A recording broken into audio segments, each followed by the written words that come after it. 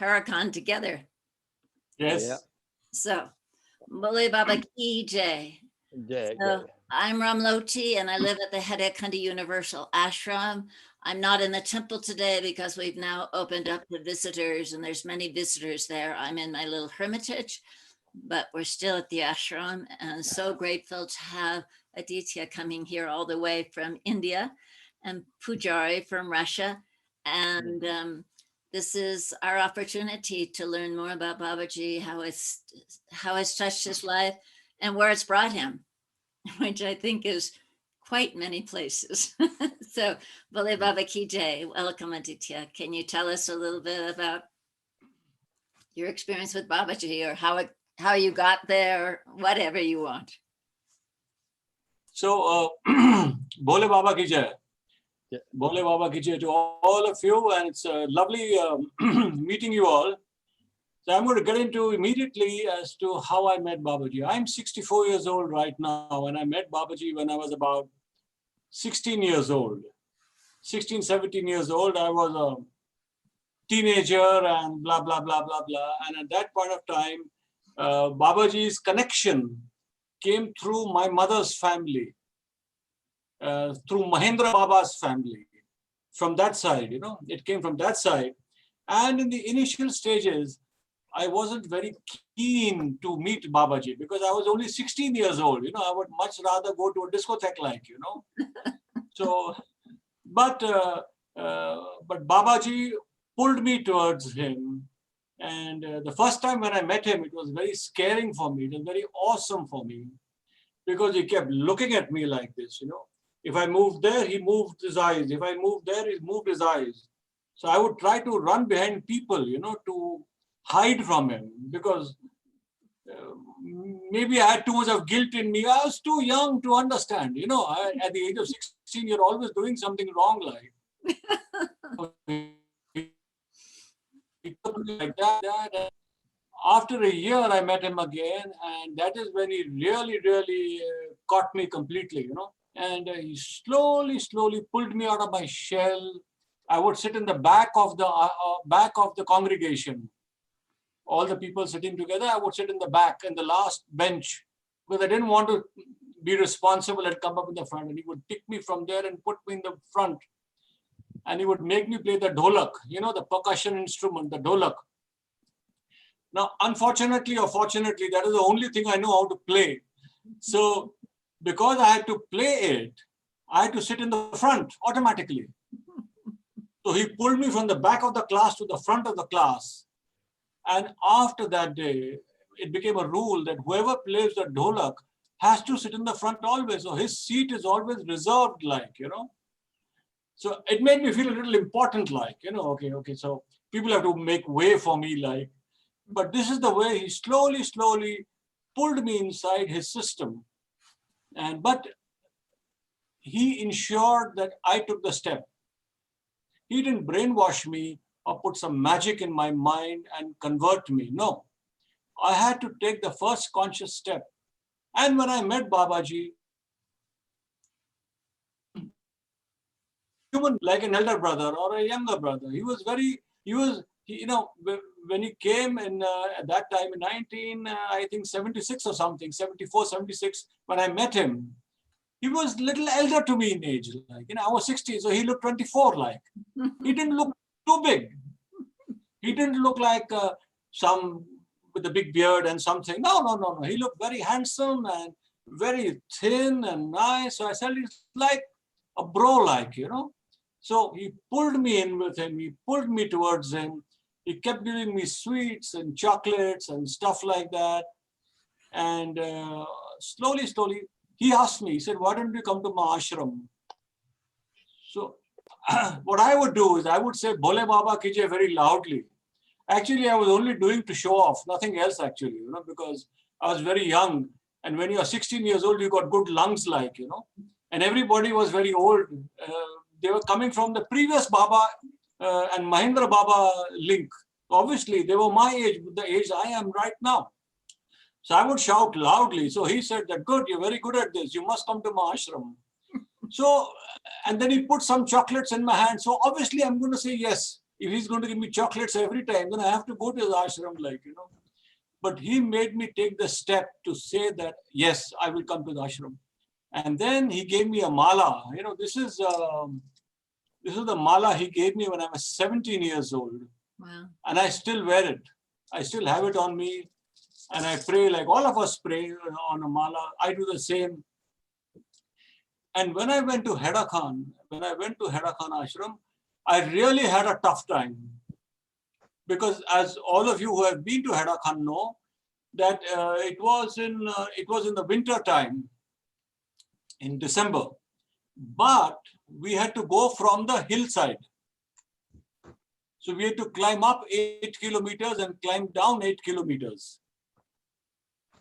Now, in my life, I have never walked 16 kilometers. Never. Impossible. I have a car at my disposal. Even my car has a car as its disposal. So I would never walk for anything, you know. But he made me walk. And it was very painful. It was very difficult. It was very embarrassing. My pant tore, my shirt tore, because I was wearing very city clothes, you know, very skin tight, Beatles kind of stuff in the 1975. Imagine the fashion at that time. And I reached Heda Khan. I was finished as a human being. I was complete. I was dead, absolutely. On the second or third day, when we reached Heda Khan, he gave me 2 days to recover. That's it. On the third and fourth day, he took me to Satikund. So for those of you who don't know, Satikund is a small little island of about 1,000 square feet or 4,000 square feet or 10,000 square feet, very small island with a tree in the middle of it and a statue of Hanumanji. The story is that Lord Shiva and Parvati stopped here on their marriage on their way to Kailash.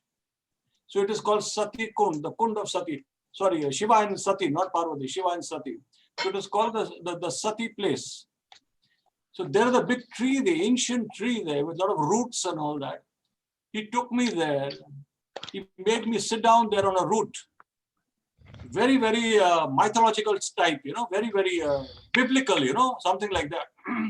He made me sit down there.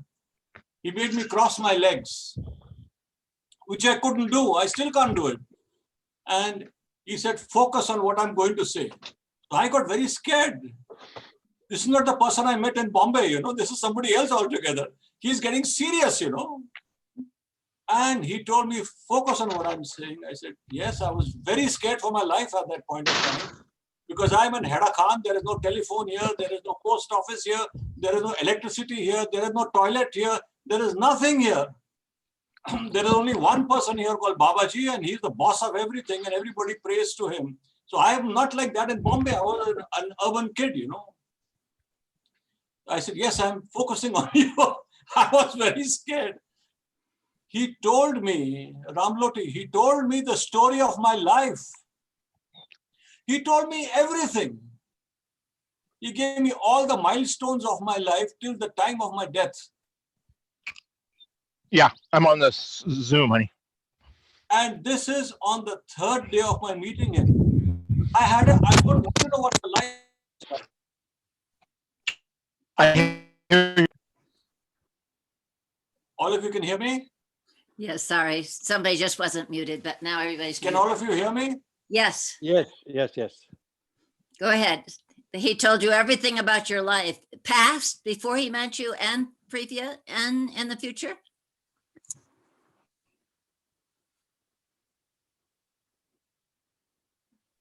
Oh, Hmm. no. No, Aditya, you're here? you've frozen a little bit. Maybe your Wi-Fi connection needs to take a little rest.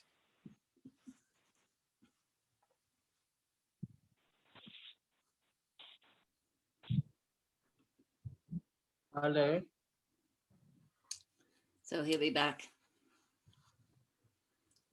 I remember when Aditya was first telling me this story about going to. So Babaji told, can you all hear me now? Now we can hear You're back? you. We need to find you again. Just a minute.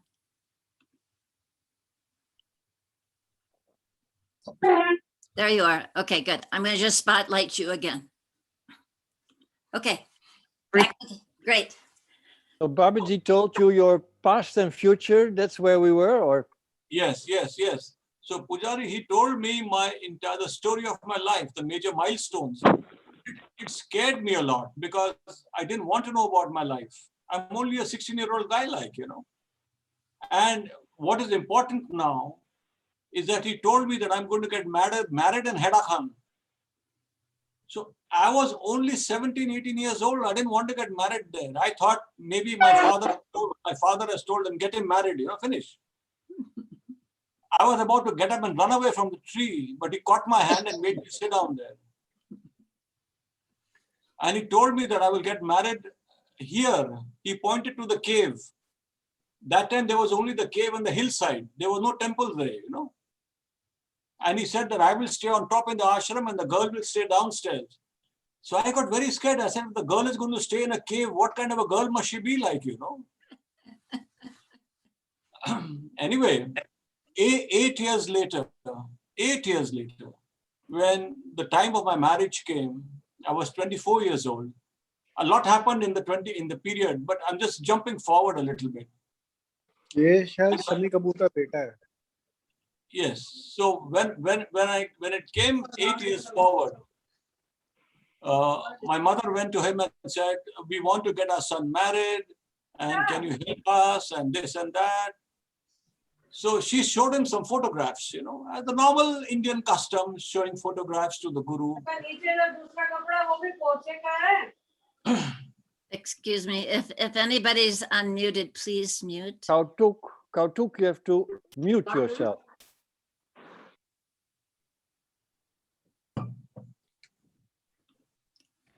Okay. Thank you. So he tore up the photographs. He said, Aditya will only get married to this girl, Preeti, and nobody else. So Preeti was my first cousin, my second mother's elder sister's daughter, but not biological. Anyway, the whole alliance came to be, and in 2 months, everything was set forward. And then everybody was wondering, where will the marriage take place? Because, my family are from North India, Punjabis, very cultural. Preeti's family are from West India, very cultural. They are from the royal family. So my mother said, why don't you go and talk to Babaji and ask him? So I went to Babaji. By that time, I was madly in love with Preeti. I said, oh God, this is heavenly, absolutely, So I went to Babaji. He said, what happened? Why have you come here? So I said, I've come because nobody knows where to get me married. It's a big problem. So, and when to get married and where to get married. So he was very angry. He looked at me and he gave me a date for my marriage. He told me it is not negotiable. He said it is the Basant Panchami of that year, that was in January 1982 of that year, in the beginning of the year. He said, I will only get married on that day in this birth and no other day. I was so scared because I know that by that time I knew whatever he says comes right. Then I get every different ideas. So I asked him, I said, should I take my wife and run away? He had a walking stick with him. He took that stick and put it in my eye. He said, never do a wrong thing in your life. This is Babaji. He put it here, Then by that time, I was close to Babaji. I knew his functioning. So I said, Babaji, you are joking with me. He says, why? I said, 8 years ago, you told me I will get married in Heda Khan. So he put his arm around my shoulder. He said, you remember this? I said, yes, I remember it. He said, go to your father and tell him that if you don't get married on that particular day, then you will never get married. I ran to Bombay from there. I went home and I told everybody, I'm packing my clothes and I'm going to Heda Khan. All of you can come if you want to. I'm going. And 8 years later, what Babaji predicted happened exactly. We got married in Heda Khan. It was a big function. My entire family came. It was a lot of gaiety. There was no power, no electricity, no toilets. It was still very stark at that time. And the Bombay people and the city people had a tough time. But still, they enjoyed the Guru. They enjoyed the whole atmosphere of Heda Khan, as you all know. So Babaji put in a lot of predictions in my life, which have come true. Some of them are very personal. And some of them are those which I can talk to you about. But there is something that I must share with you, which I've told to all the ashrams on my visit. I went on a motorcycle around the world, and I've been to a lot of the ashrams in Russia, in Europe, in America, in Indonesia, and then of course in Mumbai. That is my own home, which Babaji is called the Nagnath Mahadev Baba Ashram, where my father and me, we all stayed And when I was young, so at that same meeting in Satikund, same meeting, he told me so many things. So I felt that I must ask him something, otherwise he will think I'm nobody like. You feel, as a young man, you feel like asking some question. Now, this is difficult to believe, but this is the fact. I asked him, can I ask you a question, sir? Because my mother had told me, always ask. He's not somebody, a school teacher sitting out there, So I asked him, Babaji, can I ask you a question? He said, ask. I said, when will you come back? Now, when I think about it, Pujari today, if I asked my father this question, he would have slapped me. Because it means that I'm telling my father, when will you die? It is a ridiculous question. And if it is a profound question, then I'm not the person to ask. A 17-year-old boy doesn't ask a question like that, Now, Babaji, without even blinking, he looked in my eye and he told me, I will come back 50 years later. It is amazing. So in front of him, I did my calculation, He came in 69, so 50 years. So at that time, 2019, 2020, 2021 was very far away, So that's somebody else's problem, not my problem, Now, that situation got over. In my next visit to Heda Khan, I was on top of the staircase above Gautami Ganga, on top. Babaji was downstairs having his bath. He finished his bath. So I saw him. And I couldn't. I might be on the. Jeremiah, you are on. You just need to, I'm going to mute you. Just different people have trouble getting on. Go ahead, Aditya. So I was on top of the staircase and I saw Babaji downstairs walking up. So I thought, let me wait for him. You wait for your guru. And by that time, I started liking him. I started loving him. I fell in love with this man because he was nice to me. And Babaji walked up very slowly. Like Pujari Ramloti, you've been there, those stairs. He walked so slowly, like old. I'm wondering, why is he walking so slow? He would look to his left as if he's talking to somebody. He would look to his right if he's talking to somebody, but there's nobody with him. So he slowly came up all the way on top. He came to me. So I was sitting, then I stood up because he is the guru. You have to stand up. So he asked me, why are you standing here? So I told him, I'm waiting for you. So he put his arms on my shoulder and he said, I'm happy there is somebody waiting for me. No, this did not make any sense to me. So I will tell you another instance. I'm putting all these dots together now. One day I was in his kutia. So after my bath, he would take me to his kutia, his cottage, and give me a lot of food to eat because it's very cold in Heda Khan. For a city boy, to get food is good after a cold bath like that, So, and he would give me food and some chocolates and some toys and, Ramloti, things like that. So one day he calls me, he says, come look out of the window, see who's come. Now, out of his window, there is nothing. It's a 500 feet drop to the river. He said, Dalai Lama has come. He's standing there. You want to meet him? I said, no. I got scared here. I said, this is some hocus pocus. I'm running away from here. I got very scared. I mean, Babaji has a scaring personality also. He chills you. So I said, no, I don't want to meet anybody out of the window. I'm going. So I took my food and ran away from there. In my next trip to Hedakhan, by the time I'd become older and wiser.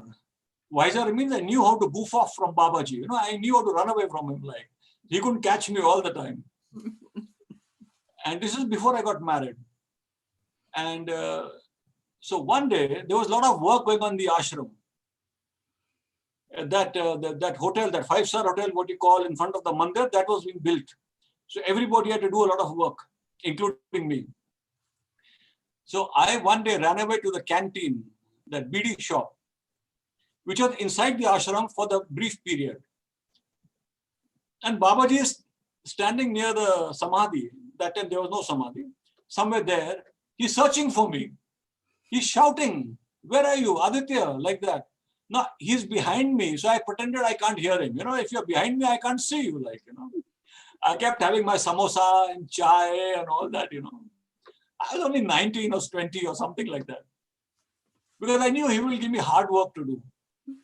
He saw me, he came, he caught me by the neck. Like this, yeah?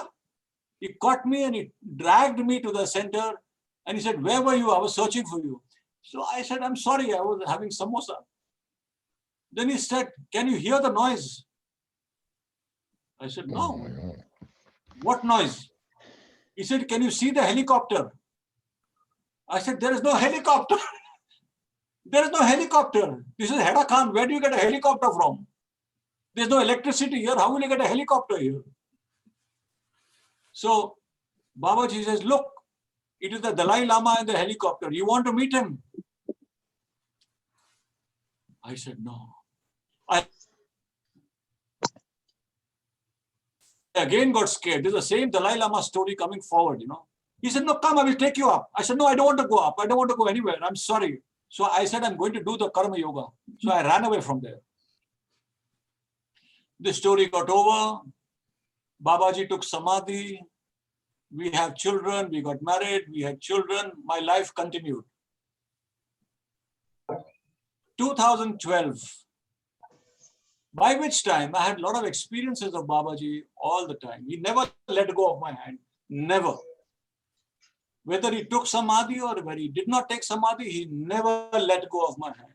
He would come to me in my dream. He would come to me. Whenever I have a problem, he will come to me and tell me what to do.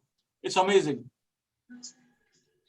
So 2012, by the time I retired from active public life, whatever career I had, whatever else, I wanted to do something different in life.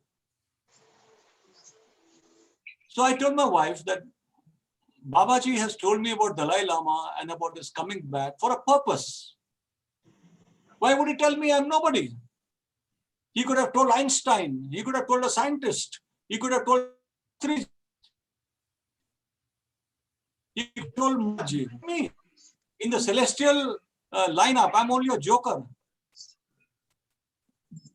It means he wants me to tell this to everybody. So I said, let's go and meet His Holiness Dalai Lama. Now, His Holiness is not letting go of me.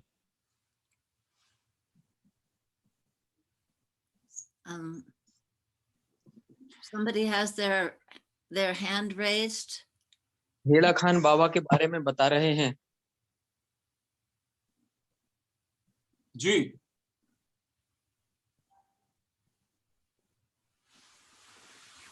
Shall I continue? Yeah. Okay. So, through a friend of ours, a family friend, Ricky, who was a devotee of His Holiness Dalai Lama, Preeti and me, my wife and me, we went on our motorcycle to Dharamshala. Also, I got into the hobby of motorcycling. So I thought, let me take Preeti and go there and we'll have a nice 1-month holiday. So we biked all the way to North India and we took an appointment and the secretary said that he is in Germany or somewhere in Europe.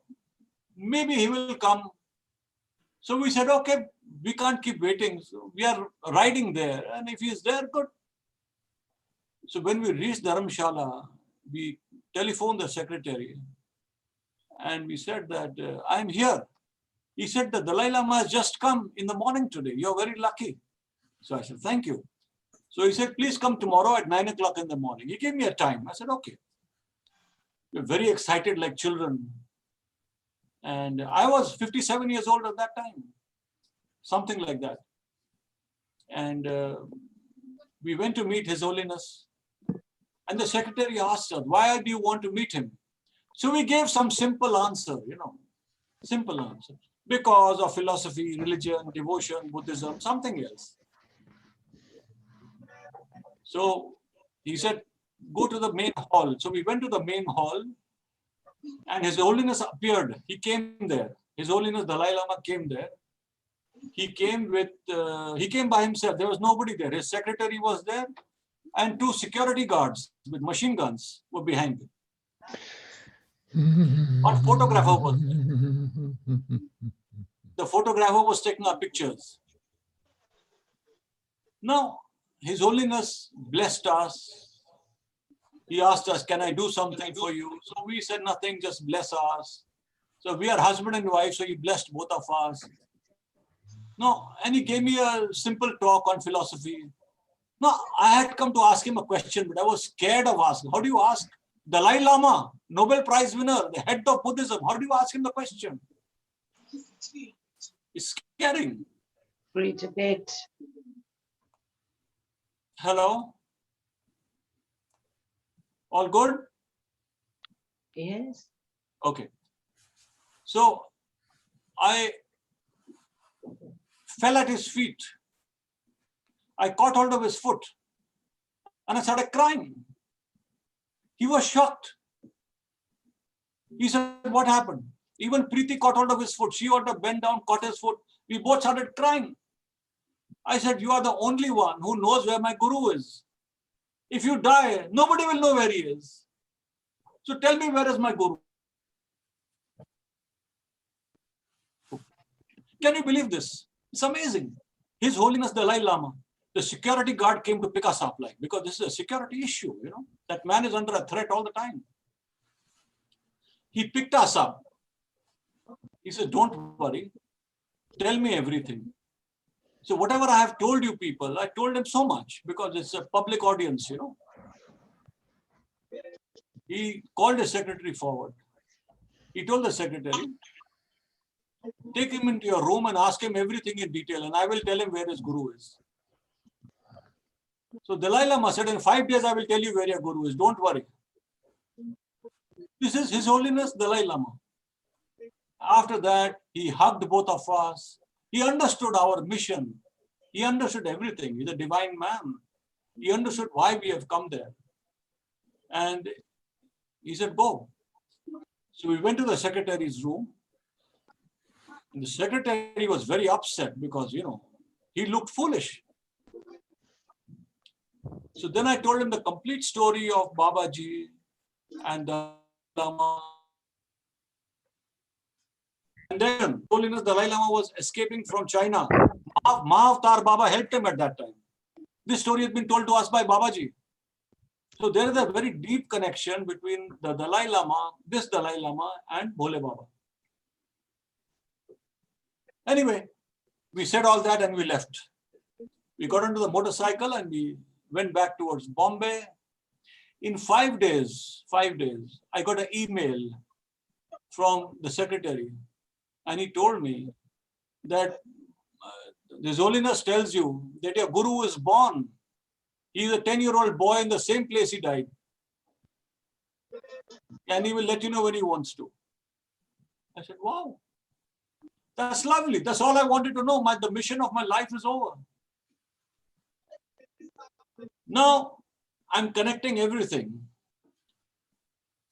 Muniraji said the same thing. If you all remember in Chilianola sometime, he once made a declaration like that Babaji is already there. When Babaji came for the first time and the second time, he came as a young man of 18 years old or 22 years old or 25 years old. He didn't come as a 40-year-old mature man So if this was told to me in 2013, and if Babaji said I'm coming back in 50 years, it means in 2019, 20, 21, he's the master of time. He should be coming back now. I'm waiting for him. I have nothing else to do really. So this is something, okay, I have never been a public speaker all my life, never. I'm a shy man. I had a psychological, a mental imbalance challenge. So Babaji would make me give speeches every single day. Every single day, he would pick me up by the collar and he would say, speak. Every day, and it was very scaring for me to speak. So I realized as I grew up, after Babaji took Samadhi, that he wants me to tell people. Somebody has to tell the people that this is what is going to happen and this is how it is going to happen. So I'm telling you all, there's nothing else that I have to do. I'm telling you all, Babaji, in the next few months, years, he's going to be here. And this is one big experience of mine that Babaji left me with. I can talk to you a little bit about the personality of Babaji, which I discovered, or which he made me discover. I didn't discover anything on my own. He made me discover him. And that is that I think all of you know the story. But some of you who are not so much into Babaji now, the Indian people who have been here, there are two of them. So there is old Heda Khan Baba between 1800 and 1900. There is new Heda Khan Baba, the one all of us know, between 69 and 82. And there is a third one coming. 84. 84, sorry. 14. And there is a third one coming. Now, Babaji gave a lot of hints to all of us. He said that there will be so many devotees, as many pebbles there are in the Gautami Ganga river. He has said this. Now, why will they come there? Why will there be so many people, as many stones in the river? It means he's going to come as a Superman. You work backwards from that theory. How will he come as a Superman? Michael Jackson is dead. If Michael Jackson comes in front of Ram Loti right now, how many people will come to the Rocky Mountains where she lives? All of America will come. All of America will come there. There will be a military problem. If Jesus Christ comes again, what is going to happen? There will be chaos. If Krishna comes again, what is going to happen? There will be chaos. So Babaji is going to come for the third time. This is amazing. Pujari, Ram Loti, and some of you, and me, we are lucky to have time from him.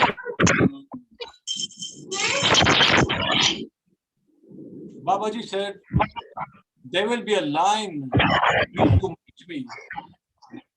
There's somebody has to mute up.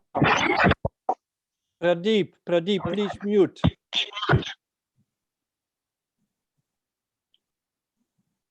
So, okay.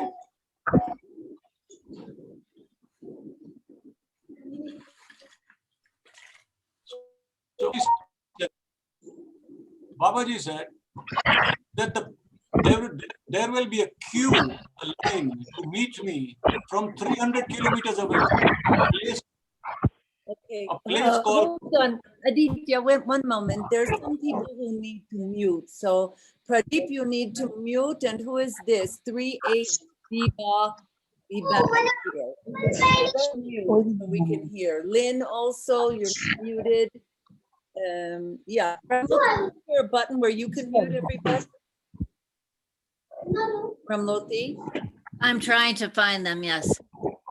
Okay, because there's 38B bad 0, Pradeep attack. Okay, Lynn did it. 38 did it. It's just Pradeep now. Yeah, because then that takes out the interference. Sorry. Okay. I think we have everybody. Sorry. And if everyone could just make sure you are muted, that would be very helpful. Thank you. So Babaji said that the line to meet me, the queue, will be from Bareilly. You know, Bareilly is about 300 kilometers away from Heda Khan. Now, why will the line be so big? It can only be big because if the man is big, So if you calculate, if you join the dots of what he's been telling us all the time, the person who's coming now is not the same person who was there the last time. The last time the person had time on his hands. He was slow. He took time to tell everything. Now he's going to talk to a bigger audience. So we have to be ready for him in a very different way. I must share with you, Babaji can read your mind. He knows what you are thinking. This is not a joke. It's a fact. It's serious. I used to be the laziest guy in the ashram, laziest human being that God made is me. And Babaji used to catch me lying. He would catch me fooling around and he would catch me. And I used to think, how does he know? And then I realized that he can think what I'm thinking. And he would come close to me like this.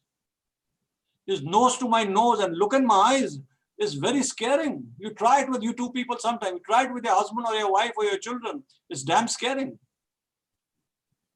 And he was telling me, don't bullshit me. I know what you can think.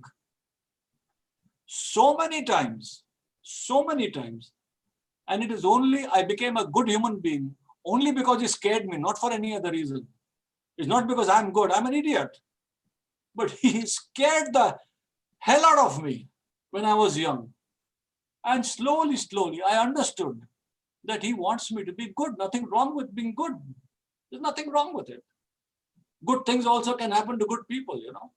There's a good discotheque to go to also. So these are the experiences I have had. Babaji made me change my career. That is something very, very dramatic actually, you know. In India, we are very traditional. Mostly the children follow the tradition of their parents, like, you know, and in my family, this is very traditional like. So in my family, everybody is from the Indian film industry and they're very big there. My father was a very, very big actor and he was a big devotee of Babaji. And he used to do Sashtang and Pranam on the railway platform and millions of people standing there and saying, wow, look at Shami Kapoor doing this. He's sleeping on the platform. But this is him, this is his devotion. So Babaji was very happy with him. And I think that is how we got blessings also because our father prayed so much for us. So Babaji one day called me to Ahmedabad. Ahmedabad is in western part of India. There was a Chaitra Navratri happening there. And he called me there. At that time, I was supposed to stay there for 9 days. So on the first and second day, he gave me an activity to do. He's very good at giving activities to people, you know, especially people like me. So there was a Shamiana built, so people could sit under it for the Gita part, for the Navratri part, you know that. So all the slippers are kept outside. So my job was to arrange all the slippers. Ramloti are laughing. You know how difficult it is, yeah? On the first day, there were 100 people. There's 200 slippers. On 1,000, imagine how many slippers. I would arrange all the slippers. Babaji would come there at about 9 o'clock. Before that, he would walk through the slippers. There was a little path there. He would see me. He would kick all the slippers. He would kick them. So they all get mixed up. Then he would laugh at me the way Ramloti is laughing. He would laugh at me. And I had to do it all over again. For 9 days. This is twice a day, yes? Morning and evening. For 9 days, this happened every single day. And everybody would laugh at me. Look at this guy, such a big guy, family, and he's picking up slippers. But Babaji was teaching me humility and hard work with my hands, how to bend down and do something. By the third or fourth day, I stopped talking to people. I got fed up with the social system. I stopped talking. I took a Maun Vrat, a vow of silence. By the 6th day, I stopped having a bath. I don't know, I didn't feel like. I said, why should I behave like a normal devotee? All they do is chitter, chatter, gossip, nothing else. I stopped eating food. I said, if Babaji wants to feed me, he will feed me. So Babaji would send a devotee, Gaura Devi. She would come with a tray to give it to me and say, please eat. So I have to listen to her because I know that she's Babaji's good devotee, like, you know. I would go for a bath in the river, not in the toilet. In the hot summer of Ahmedabad, I would walk on the thorns in the river. I said, it doesn't pain me, it'll pain him. So I became a little crazy, like, you know. And one day, one devotee came to me saying that your mother and father have come. So you should go to the airport to pick them up. So I was taking a vow of silence. I said, why should I talk to this man? I will go to Babaji and ask him. Because when you're with Babaji, you have to ask him everything. He doesn't like you taking somebody else's permission because he's the guru. So I went to Babaji and I said that this man is saying I should go to the airport. So he shouted at me. He said, I am your mother and I am your father. He opened my mouth and put a big laddu in my mouth, like a cricket ball, into my mouth. So I got my answer. He's telling me to detach. I went next 3 days. I never met my mother, father. I never met anybody. I ran away somewhere. I never changed my clothes. My clothes were torn. My beard was long. I was looking like, some crazy kind of a character. My mother started crying. She went to Babaji and she said, this man has gone crazy. Please help me. So on the 9th day, Babaji called me. He said, come here. I said, yes. So my mother thought he will scold me or, correct me or do something magical. So there was one man standing next to him who we all know is Yogendra Bhai of Manda Ashram. Yogendra Bhai. He's a businessman. Babaji said, from tomorrow you will start working with him. I said, yes. In one shot, in 1 second, he changed my destiny from a film actor to a businessman. In 1 second, when I went back to Bombay, I never went back to the way of life. I changed my life completely. When Babaji came to Bombay after 6 months, he told me, he said, he caught my hand like this. He says, do you see these lines? I said, yes. He said, I burnt your lines. Wow. He changed my life completely. And it is only because of that I could go around the world on a motorcycle. It's damn difficult here. I'm not a biker. I started biking only 4 or 5 years ago. I don't even understand mechanics or motorcycles. But thank God nothing happened to me. So these are some of the experiences that come to me when I think about Bhole Baba. As I keep telling you, he is coming back. You believe me, you don't believe me, it doesn't bother me. I'm here for myself. And I'm telling myself, boss, I'm waiting for you. I'm here. I got a smile. My wife has a smile. And I'm wearing a mala. I'm healthy, I'm happy, and I'm waiting for you. So please come, wherever you are. I'm walking loudly. If you're listening to me, it's good. I told this in Russia, I told in Europe, I told Ramloti, I told everybody. I went to Milan. I met Gaura Devi.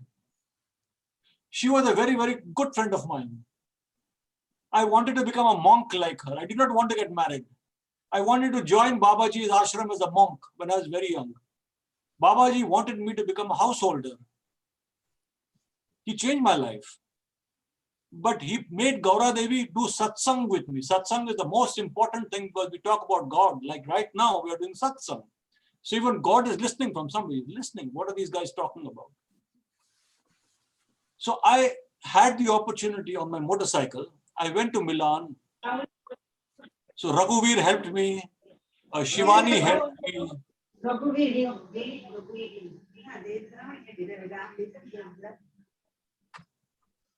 I can't hear anybody. Shall I continue? Yeah. Go ahead. Yes. I think I got them. Go ahead. Okay.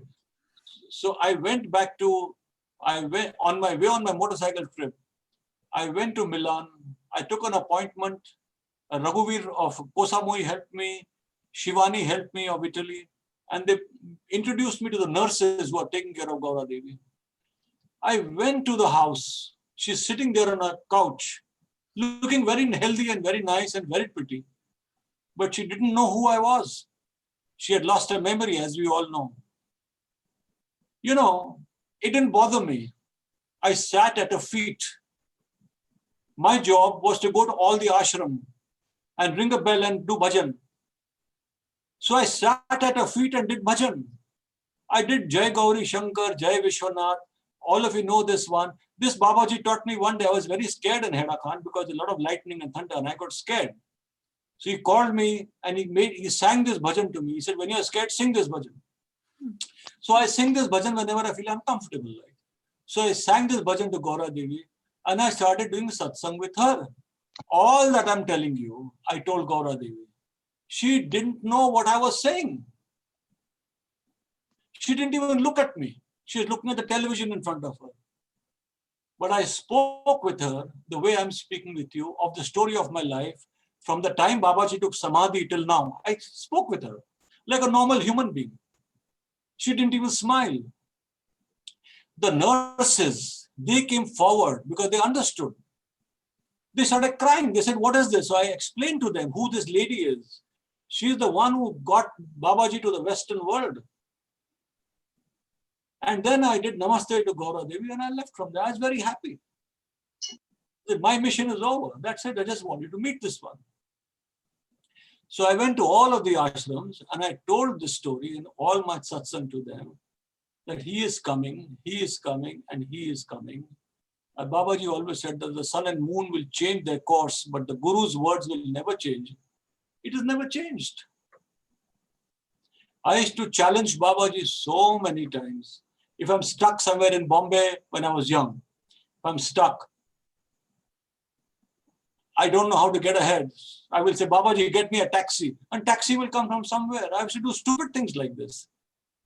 But I had to be sure of my Guru by myself. I've put all of these things down in my book because I want people to come to know about it. I'm telling you this all here right now. And there are a lot of other incidents, but if you can say something and ask me any question, it would be nice. So I stopped talking a bit like, Bole Baba. Baba Ki Jai. I'm sure there's plenty of questions. Aditya, my first question.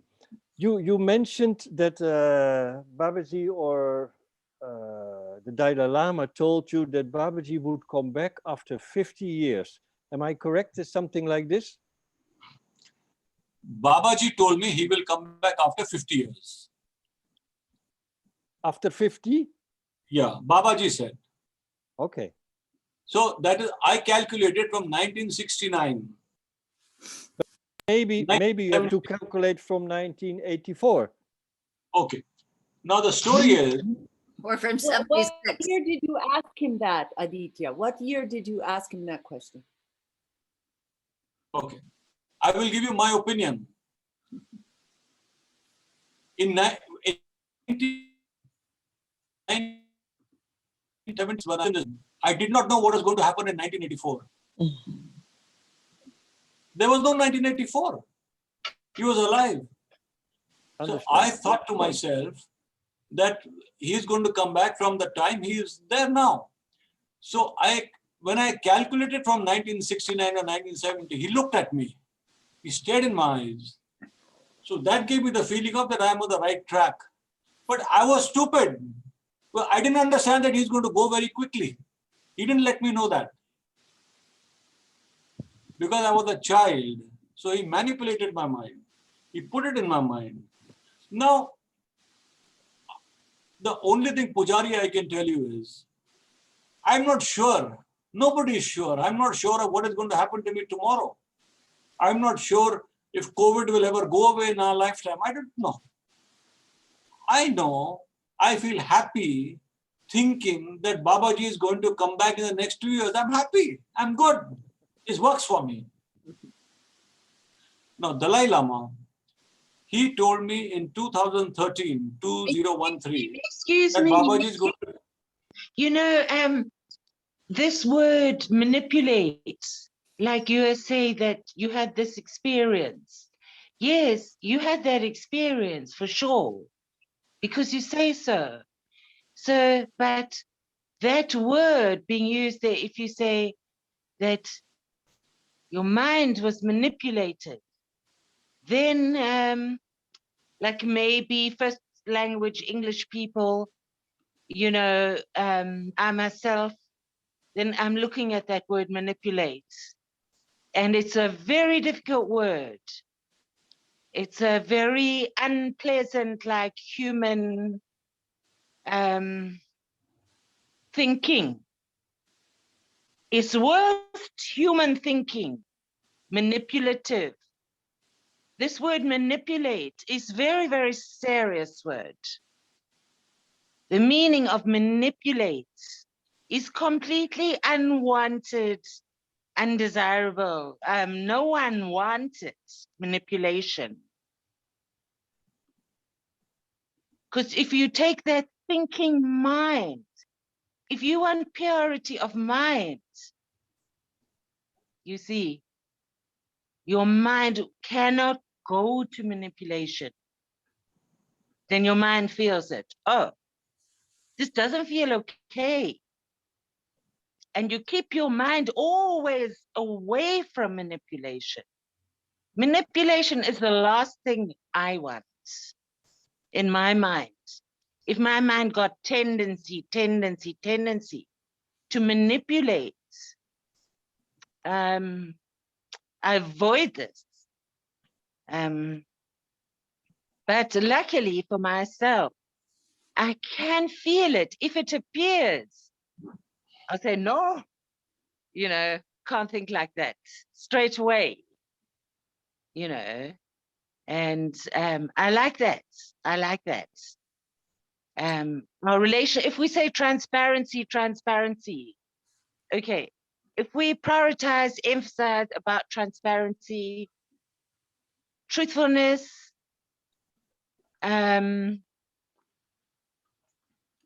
well, honest.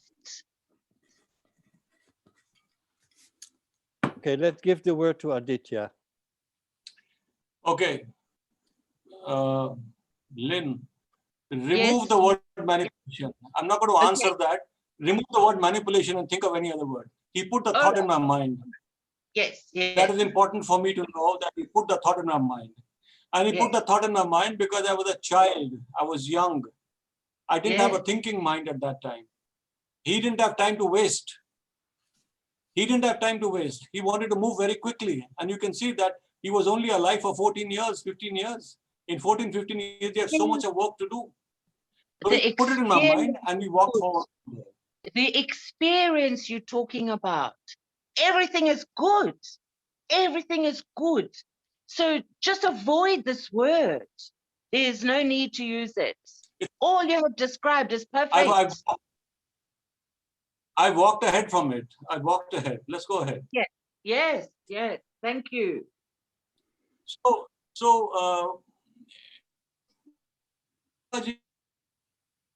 me was very sure of what he wanted to tell me. He was very sure of how to handle me, because he wanted me to function in a particular kind of way, and he didn't have so much of time. And the moment I got married, we had one child and he took samadhi immediately. So you ask me some questions now.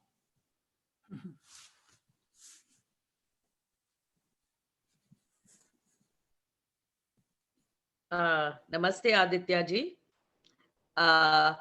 Sorry, you were talking about Dalai Lama. You met in 2013, and you were about to say something about your conversation, and then Lynn came. I mean, she was talking. So I want you to please tell that story part also. आप थोड़ा दलाई लामा के बारे में. हमारे जो मित्र, sorry, हमारे एक मित्र हैं यहाँ, he can only understand in Hindi, so if you can talk in both language because Pradeep Pathak is the one who came later, and he met Babaji. I'm just introducing about him. He met Babaji in his dream, not in dream. Actually, he came to his house and he talked to him. And at that time, Babaji took Samadhi already. So he said, Babaji, you are my Guru, because the moment he saw him and he came through the door, he opened the door and he can open anything. And he was there. And then they had a talk. I don't remember what he told me, but it is in Hindi only. So, and then he said, oh, Babaji, if I met you, I would have. Then I asked him, why didn't you ask questions? He said, if I met Babaji at that age, whatever, I would have gone, means dead. So that is why Babaji did not let me come to Heda Khan, because he is that very, very big devotee, I can say, or Shishya sometime. And then he met Mahatar Babaji also. Then Mahatar Babaji told him that I am the same Heda Khan Babaji. So this Babaji, when he came, he said, I'm so scared, Babaji, aap chale jao. You go away. Because he could not bear that light. Because Babaji is all energy and light only. We all know that.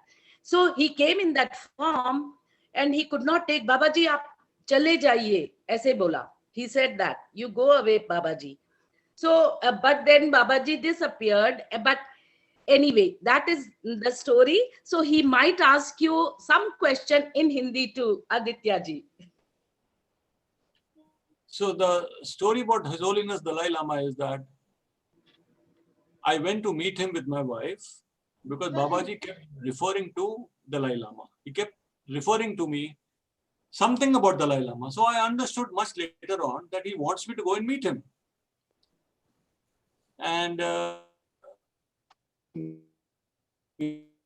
Holiness Dalai Lama, when will my Guru, where is my Guru? So he said that I will let you know in 5 days. I'm saying it in a very simple way now because I'm repeating it. So I said that he said I will let you know in 5 days. And in 5 days I got his answer. His secretary gave me the answer saying that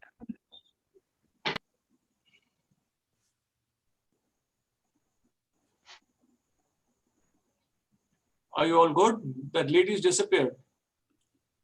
She's there. Indira's there, yes? Yes. So His Holiness Dalai Lama let me know that he is already a boy of 10 years. This was in 2013. And he will let you know when he wants to meet you. I mean, he will alert you. So this coincided with my thinking, with His Holiness's thinking. I think even Mundiraji made a declaration in Chilenola some time ago. What Babaji said. So according to me, in the next 2-3 years, Babaji should be coming. That's all I'm saying. So blessed. So blessed. Thank you. Thank you. Other people? I had a very nice experience in Omsk, in Okinawa. I must share with you. This is now.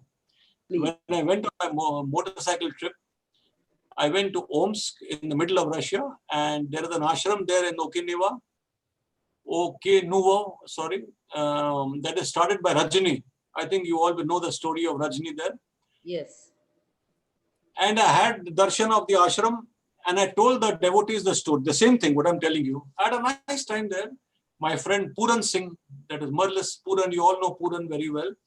Puran is helping the Russian devotees to come together there. And he looks after the ashram there.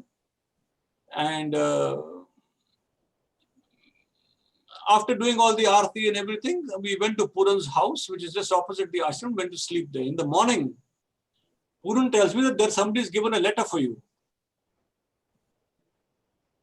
So I said, letter for me? I don't know anybody in Russia who will write to me a letter like, So the story is, one old woman wrote a letter in old Russian language.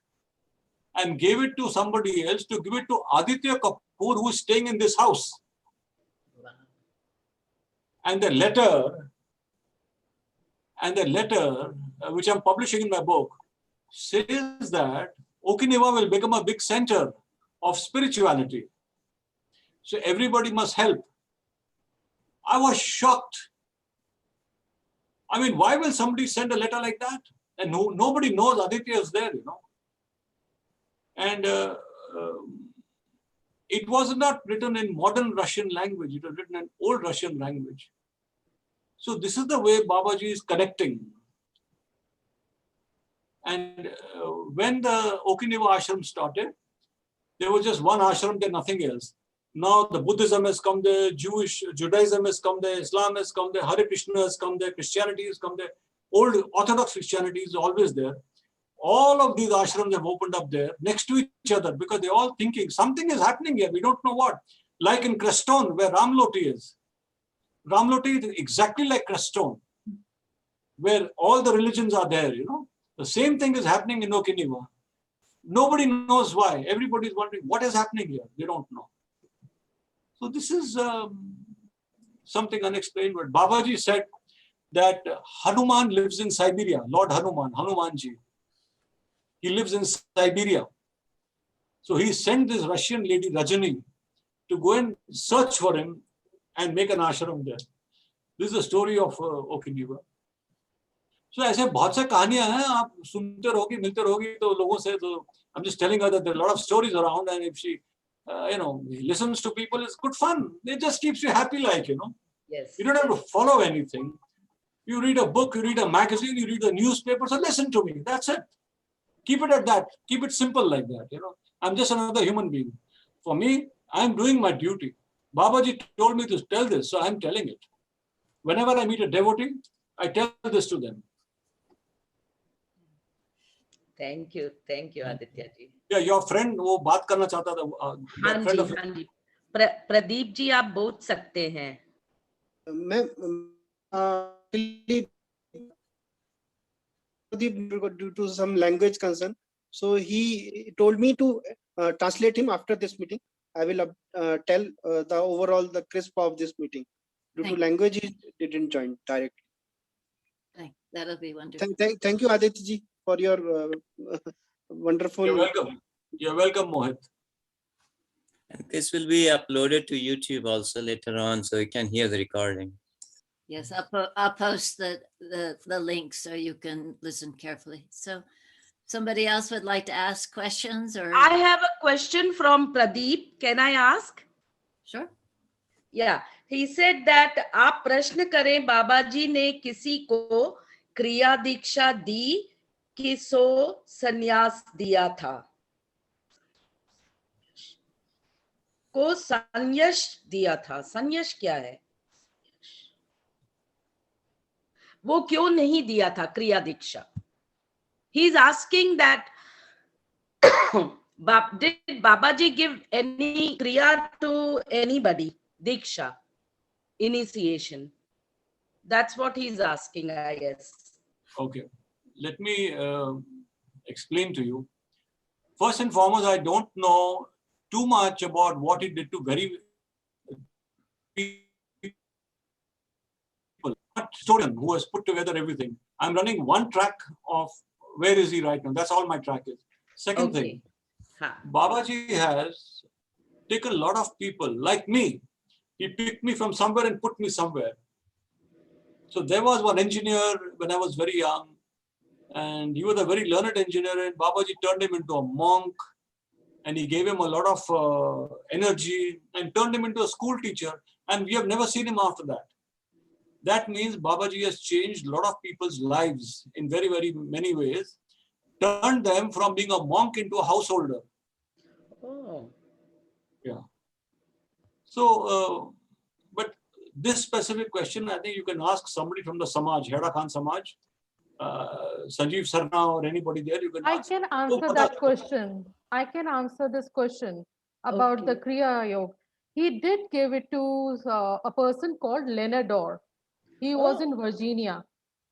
And he started teaching, which he named it as rebirthing breathwork. Oh. And he has written that Babaji, initiated him. What was the book you said? He has written in his, there are many articles that he wrote. And in one of the articles, he has mentioned that Babaji, he learned it from Babaji. Oh. So it may be helpful if we have a little, if some people share about Kriya Yoga and what Babaji and what Babaji actually said about Kriya Yoga. I think Pujari, you might have some words to say around that, and maybe Gayatri, I don't know, because I think my understanding is the definition of Kriya Yoga is very large. And I think it would be a very beautiful thing to maybe delve into what does that mean and how has Baba helped us with that. I don't know. I can share what I shared before, Ramloti, just to give some clarity on that. I think Baba's message when he came in this last form, that he for most of his devotees, he more said, now it's not the time for Kriya Yoga. It's only Karma Yoga. And at the same time, everything we do, if it's eating or drinking or praying or working, it is Kriya Yoga. Puja is Kriya Yoga. This he gave some relativity to, it is only a certain practice when you sit quietly. He gave it more for this time, probably what we are going to experience in this lifetime. It is not for common people to practice Kriya Yoga. He really gave us the focus on Karma Yoga. So that was his main, he said it a few times, and it's in Babaji's teaching book, so exceptionally he gave some people some practice to do. And if they had a strong desire and they were maybe ready to go and practice that. But commonly he only spoke about, now it's not the time for Kriya Yoga, it's time for Karma Yoga. That's what I understood in his Thank you presence. so much. Thanks. Also, I was a rebirther, and I had worked with Leonard before going to Baba. And when I was in Heracon, I was rebirthing, and he came by and saw me and hit me and said, "Get back to work." So I don't know how big he was on rebirthing. Let's just put it that way. Yeah, Bo shared some beautiful stories last week about Dan Brule and Leonard and Babaji. I mean, to me, Babaji was not definitive in that sense. He wasn't going to tell me, you do that, you do that. When I asked him something, even in my heart, I would just hear, go in your heart. So for some people, I think rebirthing has been a wonderful tool. And I think if Leonard called it his Kriya Yoga that he was taught by Babaji, then it was his way of being of service to people. Wonderful. And then to other people, it wasn't their path. It was their path to make chapatis or to serve in other ways as a helper and in many, many ways. So I don't know, that's sort of where I go with it. And that's like Pujari said, it's our service, our Karma Yoga. And we could say, and then the bigger picture of Kriya, yes, my Kriya Yoga that I'm doing now is serving at this ashram. Every person's is very different. So maybe that helps. And so I think rebirthing has helped many people, and other people, Babaji said, no. So I don't think we should say that it's the Kriya Yoga of today or it's not valid. It's what works in your heart and serves a person to move on this path that might be very long. Go ahead, Gayatri. I think one of the biggest mistakes we can make is trying to interpret Babaji, because he was a mirror for each individual person. And if you try and take what he was mirroring for one person and say, okay, Babaji didn't like this, or, oh, he did it. The biggest mistake we can make is to try and interpret what was happening. I mean, because one of his biggest lessons was, for me anyway, was there is no why. So stop trying to, with your mind, figure out why I did this or why I did that. It happened in the moment. Stay in the present moment and get out of your mind. So I think that's, you know, I've many times I've heard people make statements like Baba didn't like this, or but I was like, how can consciousness not like something? It exists everywhere. He's that consciousness in a body. He doesn't have likes and dislikes. He functions as a mirror to each person. And I also wanted to add, Aditya, that the reason he could read our thoughts is because he is us. It's not a separate being reading our thoughts. Those are, he has access to everything, all manifestation, because he is the consciousness within all manifestations. So I used to wonder, how can he know that? Is he reading my mind? I did that a lot. I messed with him a lot to check it out. And in the end, I realized he's in me. He's me. He tells us all the time, I'm in your heart, find me there. But we can't conceive of that oneness, that totality. We are because we're living in this little duality play, we can't conceive of that. But that's the truth. There was nobody reading. He had total access to everything, you know, because he is everything. And he said, used to tell me his eyes would shine because all the world is in them. Oh my gosh, how can you conceive of a being who in their eyes, the whole world exists? Is beyond, you know, our comprehension. So I just wanted to add that because okay. Thank you so much. Very well, yeah. Thank you, Gayatri. I'll share something with you. You're very right. He is within us. All that is nice. But when he's standing in front of you, you're talking about him on television, it is something else, you know. I'm here and Ramloti is 1 million miles away from me. It is okay. She can't hit me from there. But when Babaji is standing in front of you, Gayatri, it's very different. It's a different ballgame altogether. So for me, there used to be a guy I didn't like much. You know, when you're 17, you don't like too many people, you know, because they make you do hard work all the time. So there used to be one guy who was very tough, you know. Do this, do this, do this, do that. I didn't like him, you know. I didn't like him, you know. Big deal. So Babaji would keep making me work with him and nobody else. And then why him? Why can't I work with somebody else? So that guy would make life miserable for me. One day, Babaji told me, help him to carry something down. So we had to carry something down from on top of the stairs to all the way down. When I came down, that person, he got tired. So I thought in that 1 second, I realized that he's a human like I am, you know. I felt sorry for him. I mean, I was cursing him so much. I felt sorry for him. And I said, what the hell? He's a human being at the end of it. I mean, I felt sorry for him, you know. When I went out, Babaji gave me an apple to eat. So his way of saying that when you have compassion, it is good for you. On another time, I'm trying to give you incidents of how he could read the mind, you know. On another incident, we walked up to Mount Kailash, you know, Kailash in front of the ashram. So Babaji would take us for small trips. I helped 2 people climb up. I've never helped myself climb me up, like, you know, I pulled people up. I don't know how I did it. Babaji would keep putting leaves of a tree in my mouth and I pulled 2 people up. And when I went up, Babaji gave me a big lota of milk, so much, about 2 liters. And at 17 years old, you don't like milk really, you know.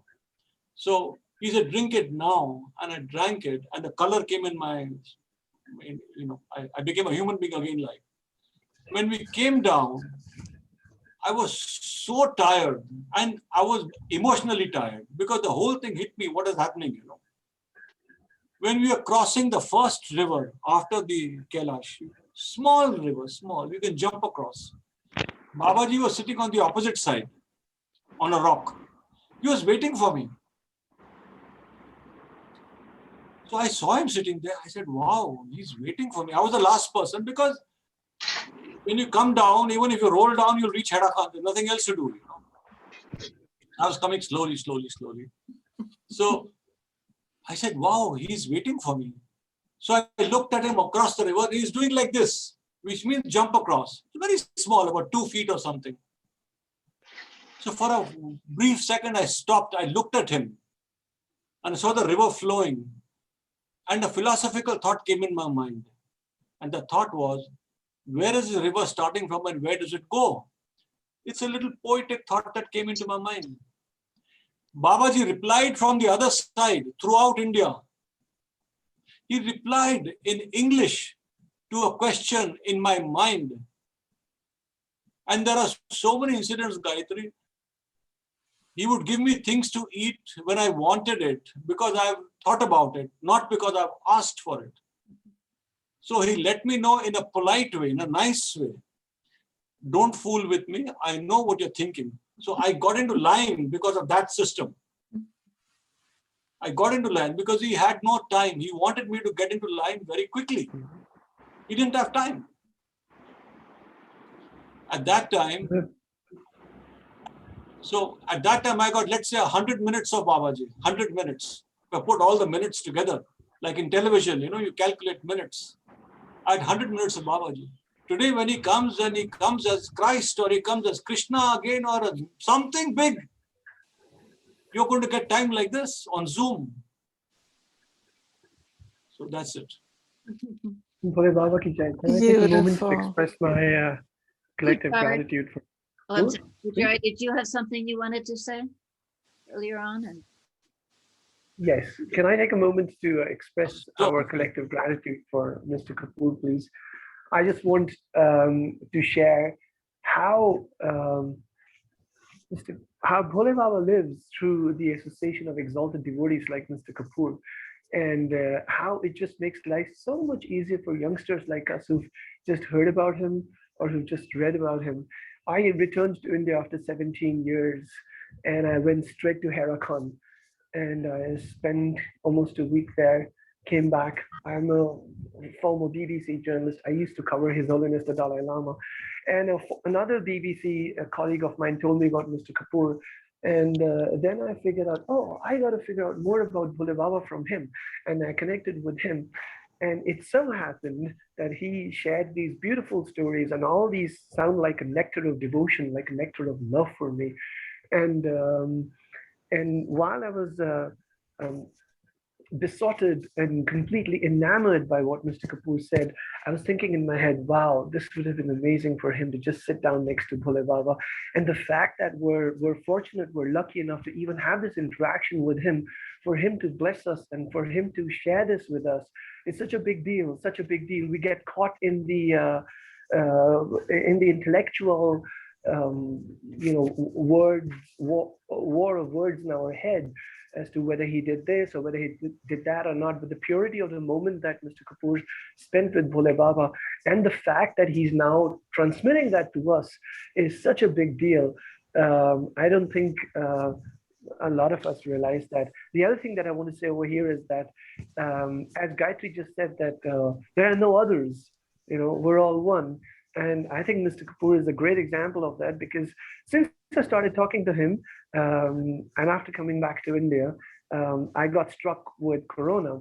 Every day, even ask me every day, send me a text asking me how am I, how do I feel like it, and he has this amazing wicked sense of humor, absolute wicked sense of humor, one-liners, and he would just throw those one-liners at me, and I would say, okay, I don't need my COVID medicine, I'm fine. I would literally look at my phone for the text by Mr. Kapoor. Is there anything funny today? Is there anything funny today? Because I knew that was healing me, And it was crazy because one day he asked me how was I, and I said, I'm so tired I can't even bat an eyelid. He had just one liner saying, don't bat. Yeah. And the next day the next day he said, well, so what's the report? And I said, they're saying that it's moderate COVID. He said, you already knew that, ask for a refund. It was so funny, and I was finding my strength back in India after so many years coming back, after 16, 17 years.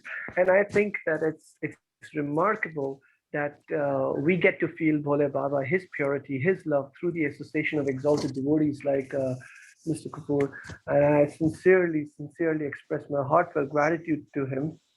And I think it would be great for all of us to know about his book and how to pre-order it, where to pre-order it from, and so that all of us can, dig deep into those stories that you shared with us. And I know that the more we read your stories, the more we will find our answers as well from your stories. And this is the way he works. And for me, I don't know about, I'm doing Kriya Yoga, and I know that Karma Yoga is the way ahead, but I think the path that you have shown me, literally, practically, the path of love and compassion, of asking another fellow human being how he's doing and whether he's surviving all right, I think that is the real deal. So thank you very much for helping me recover. And today is my birthday. I came out of Corona. I'm spending my birthday after 20 years in India, thanks to you, with this deep sense of gratitude for you and for Bhole Baba. Thank you so much. Happy birthday. Happy birthday. Happy birthday. Happy birthday, Thank you. Saurabh. Happy birthday. Thank you, Bhole Baba. Babaji ki jai. Thank you. And we would, I was just going to say, we would love you to join us each week. Usually we're about 1 hour later, but still okay for Indians.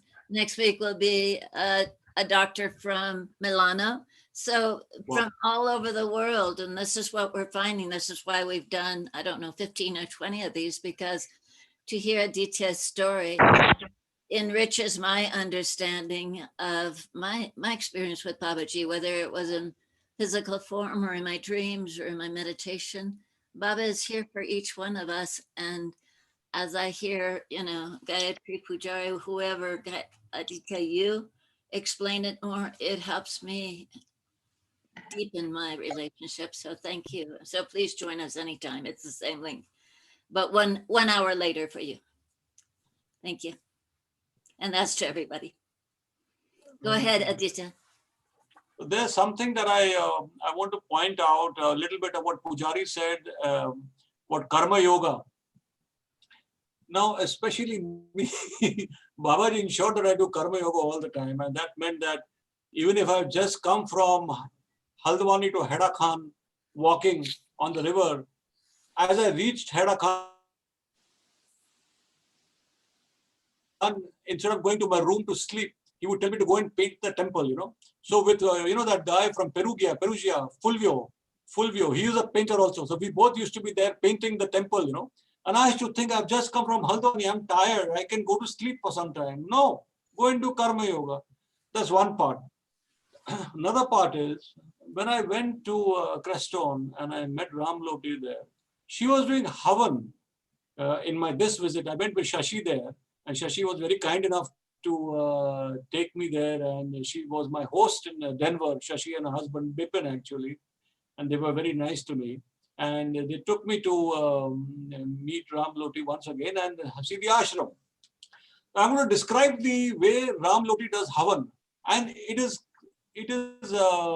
now come in my mind as why she's doing it like that as I'm talking to you. So when you do Havan, you put something inside, yes? You put a samagri inside. You put some collection of all those things and put it inside. Ram Loti doesn't do anything like that. He puts it there, burns it, and she imagines everything else. Amazing. So what has she done? She has internalized the whole process in her own heart and her mind. It's amazing. When I thought about it, I thought that is the next level of Karma Yoga. Everybody washes clothes in a washing machine. Everybody washes clothes in a more sophisticated place. But if you wash it by your hands, you wash it with your heart. So I saw Ram Loti doing it, and I was shocked. I said, why have I been using agarbatti, diya? Why don't I burn myself? Why don't I burn myself? I can light as good as an agarbatti. I will not burn myself, don't worry. But the point is, this is what I learned from Ram Loti. I must share with you all. And this is the next level of Karma Yoga. But Karma Yoga is a very, very high level of, because when you do practice, your laziness goes, your mentality changes, the cobwebs move, challenges go ahead, and you're focused on your activity. I didn't have that focus. Whatever I'm telling you is after 50 years of hard work, let me tell you. If you heard me when I was 17 years old, you'd probably slap me, all of you.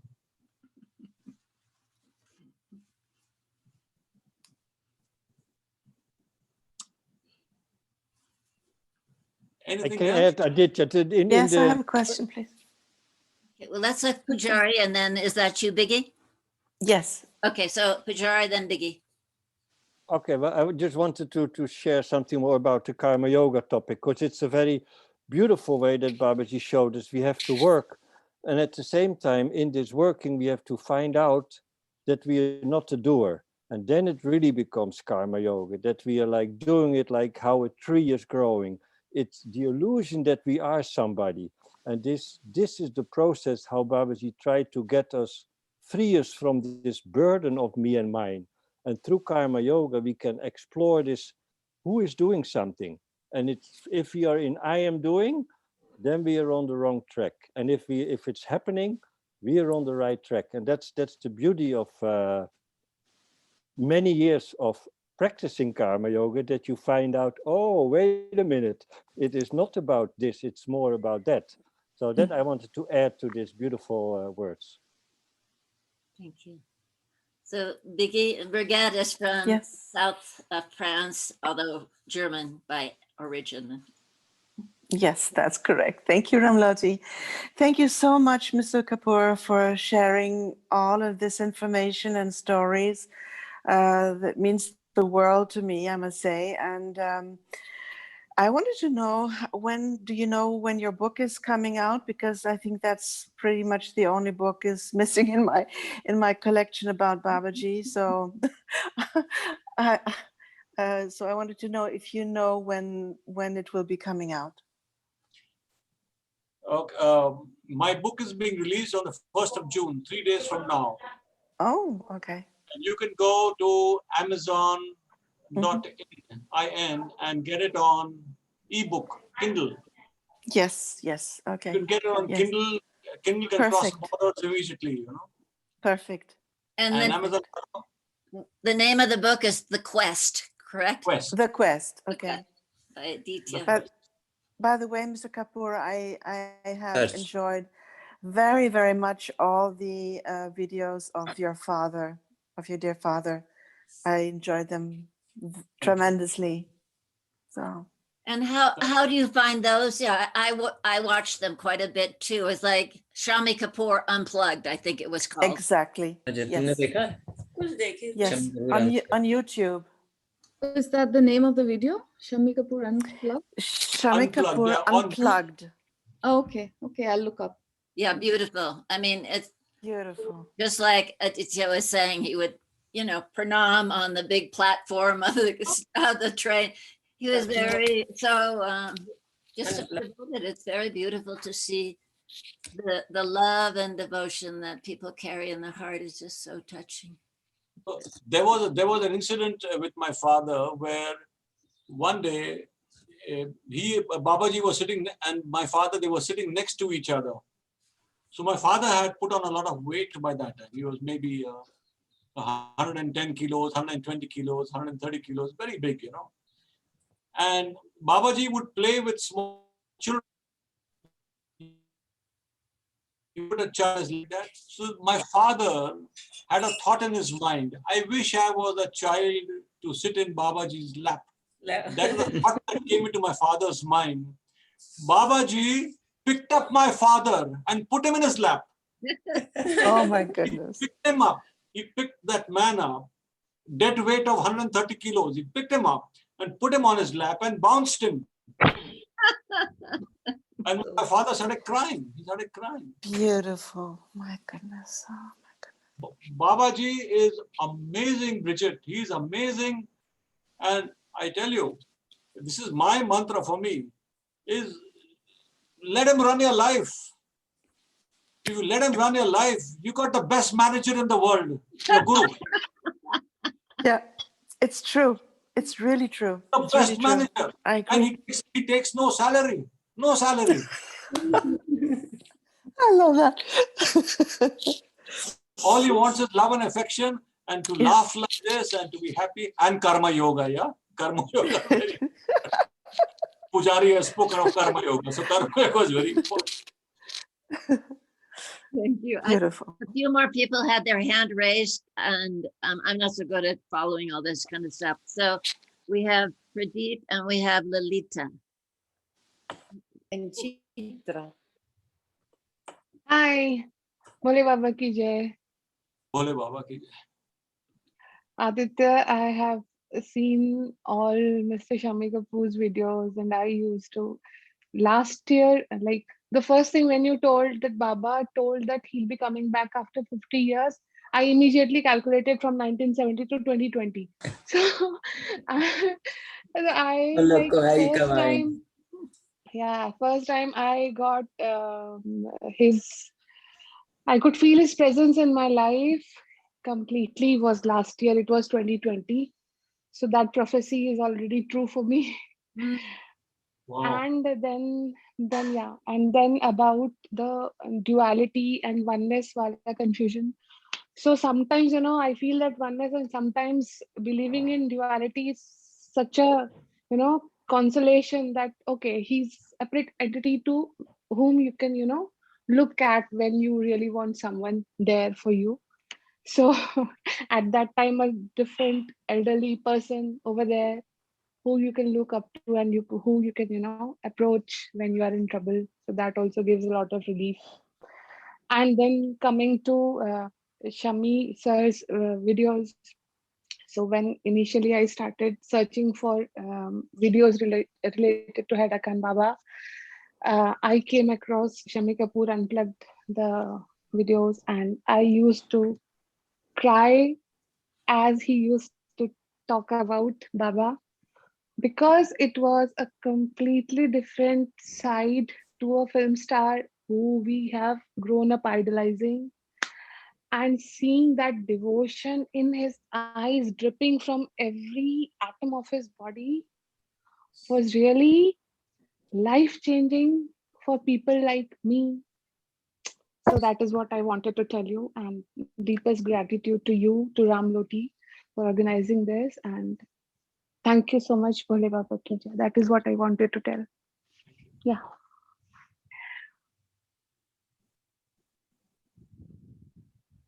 I must share, while you're all thinking what to ask, I will share one incident with you. So when I was young and very goofy, one day Babaji said, we will go to Badri Kedar Yatra. So Babaji used to, every summer, he would take us for a small yatra. Sometime to Yamunotri, Gangotri, to Amarnath, or to some other place. So this time it was Badrinath and Kedarnath. I was very happy. I said, yeah, I'm going to enjoy a nice 15-day holiday, etc., etc. So we went in two buses. One bus had 30 passengers. So two buses, about 40 to 50 passengers, and fully loaded. So Babaji would sit in one bus. I would sit in the other bus, so I don't have to sit in front of him, you know. I would sit in the other bus. On the second day, when the bus halted, the bus would keep halting after every 2 hours for a cup of tea or some fruit or something or the other. He would call me from the other bus. He would shout, so I had to come there. And he would say, go and get tea for that person, do this for this person, do that for that person. So then I started sitting in his bus only, because it didn't make any sense sitting in some other bus. Then the situation became more severe. When the bus stops, we would stay in some small field or in a hotel, a small school or something, you know, ashram, not in an expensive place. So everybody's luggage was on top of the bus. I think there were one or two boys like me who were young enough.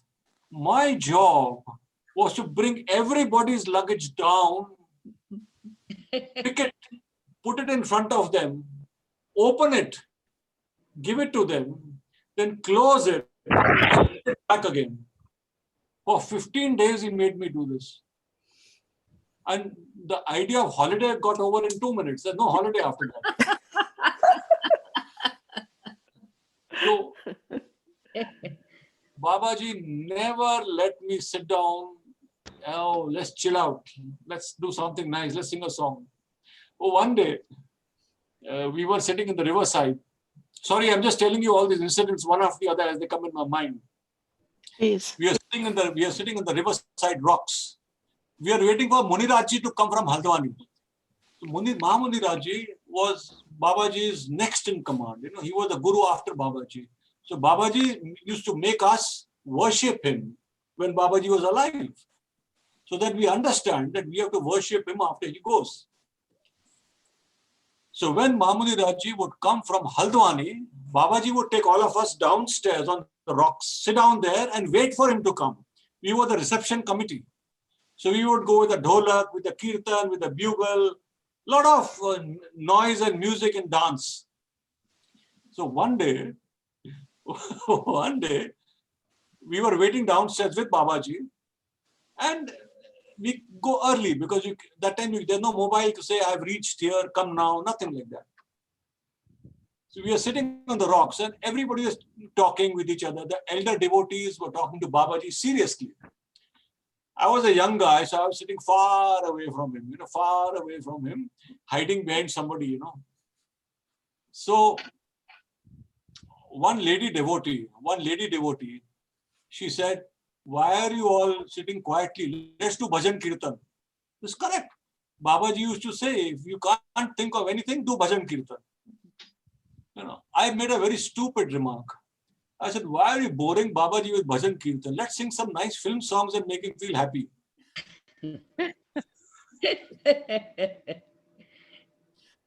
So that poor lady, she felt bad, but because she was a wise woman, she kept quiet. That situation got over. So we are still waiting. And Munirajji could be seen. So then Babaji said, come here, Aditya, come here. So I went to him, yes. So we are waiting for him to come. So now you will sing a film song for all of us. Come on, get up and sing. I said, no, I will not sing a film song. No, you will sing a film song. Get up, like this is doing to me. Utho, gana gao, film ka gana gao. I was so embarrassed. I was so shy. I started crying there. I started crying and crying and crying. I went to that lady. I said sorry to her. And I realized this is in the beginning of my period with Babaji, when he made me understand, I can think what you're thinking. So, and I can hear what you're thinking, even if you're in America and I'm in Herakan, I know what you're doing there. I got my satellite on top of you. So these are some of these small incidents. Once there was a moonless night, what do you call that? A moonless night, yeah? So Babaji would do a fast, a ceremony, sing songs, and it used to be an overnight ceremony. He would say, keep doing what we call a jagran in Hindi, all throughout the night. So because I was a dholak player, I had to be there. So it's very nice to do it, but if you're 17 years old, it's not very nice, So he said, you will have to be there. So I was there. So we were sitting in the Helakan ashram in the mandir on top. Not too many people, no electricity, so very dark. So at about 12 o'clock, the tea came. So somebody brings tea after every 2 hours. The tea, I thought that a lot of the people have gone. But some of the real strong devotees are still there because I'm playing the dholak. So they are also feeling guilty that Aditya is playing, so even I have to be there. So I thought, if I go away, even they'll go to sleep. How nice. So after having the tea at about 12:30, I quietly left the dholak there and I went to my room. So I was staying in the room opposite the mandir. That is, it was called the hall, the hotel at that time. It's a hall, big hall with rooms on top. So there was a small corridor and 6 rooms, 3 here and 3 here. So you open the door from here and you go inside. There was no electricity and I was not carrying a torch because I know my way in Herakan. I could make out what is where, Go up there. So as I closed the door, I went straight to my room which is the last room on the left side. I turned left to open the door and I felt the wall. So I started touching the wall for the door. There was no wall. Then I touched here for the wall, for the door. There was no door. Then I touched here. There was no door. I kept touching everywhere. I couldn't find any door in that corridor. Nowhere. There was no door. Then I started going to the exit. Scared. What is this? Then I started going to the exit. I turned around. I walked to the exit and I bumped my head into the exit wall. There was no door to the exit. So I had entered some space where there was no entry and there was no exit. Nothing. I got so scared and it's dark. I can't see anything. I said, this is Babaji doing. He is punishing me because why did I get up from there? I got very scared. I kept trying. No, now I will find. Now I will find. So, when you become bold a little bit, you think, no, I can find it now. So I kept trying, I kept banging my head everywhere. There was no door, nothing. I sat down on the floor. I put my hand in my head in my hand. I started crying. I was a very young guy. I started crying. I said, Babaji, I am very sorry. Please forgive me. I love you. And I'm going back to the dholak right now. I'm getting up and going now. I'm very sorry. Please forgive me. I started shouting loudly. Please forgive me. Please forgive me. I got up. I walked straight. And my head banged into the door. It banged into the door for the first time. I opened the door and I walked down. I sat down there. I started playing.